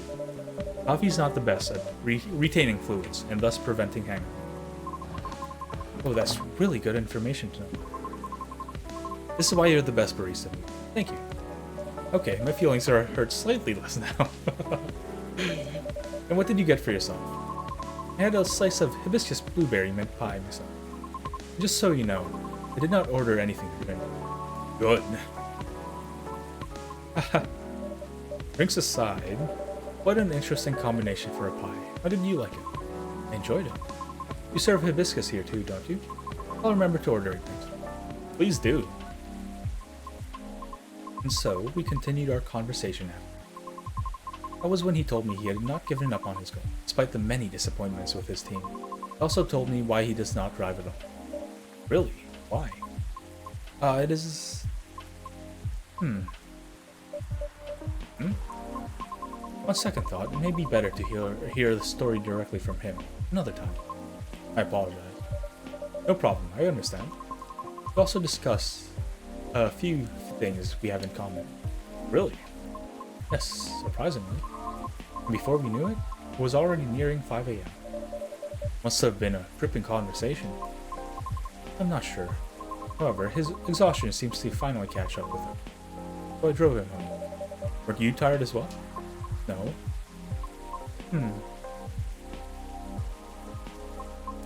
I should go now. Right, will you be okay?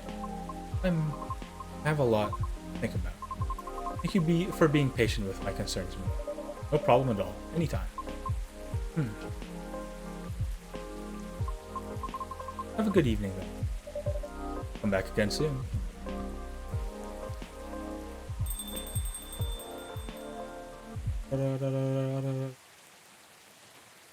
Gotcha. Okay, that was the last day. We'll end stream now. Let me read these the newspaper here. September 29th.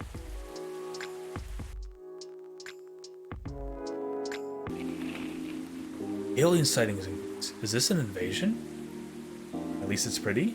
Researcher responds over alleged algae invasion. Warfira Tech teams up with Golemex Industries to produce self-healing concrete technology. Interesting.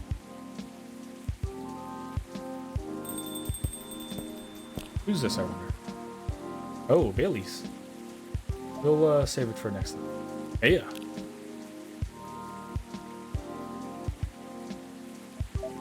Am I lost in thought? Knock knock, is anyone there? Mr. Bailey's, hi. Okay, send now. You can talk about him, or think about him. Talk to him next time. You want to know you want to know where I got my awesome sunglasses? Check out my good sponsor here. Lucas on Sunny. Been working with them for eons and I always love their stuff, but y'all know that already. Let's see. bit.ly/Lucas on Sunnies. Oh, this is Toge Production. This is their Twitter account. That's great. Let me follow Coffee Talk. I'm not going to follow Toge Production. They seem to have a lot of tweets. Infinite tweets. 16K to be exact.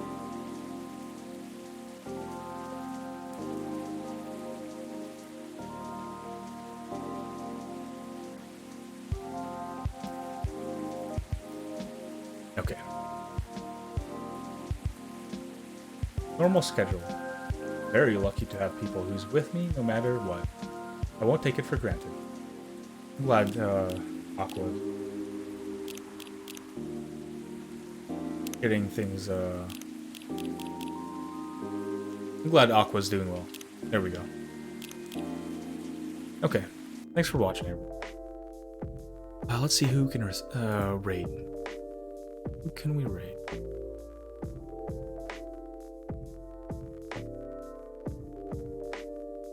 We can raid raided Genie fairly recently. Thank you for the stream. Thanks for watching today. Raided Corpse recently. Thanks for the stream, Moody. Good night. It's 2 a.m. Here already. Have a good night, Baguette. Really appreciate you stopping by.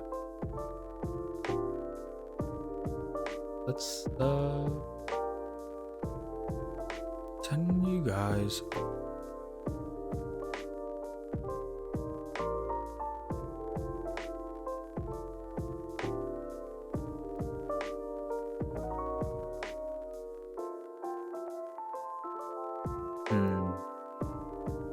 You guys have any recommendations? Maybe we can raid Tomoki's.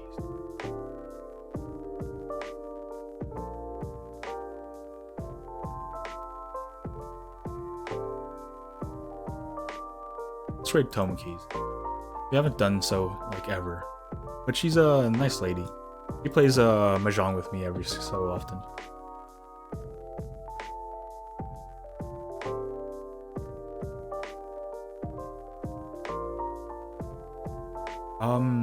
Raid message.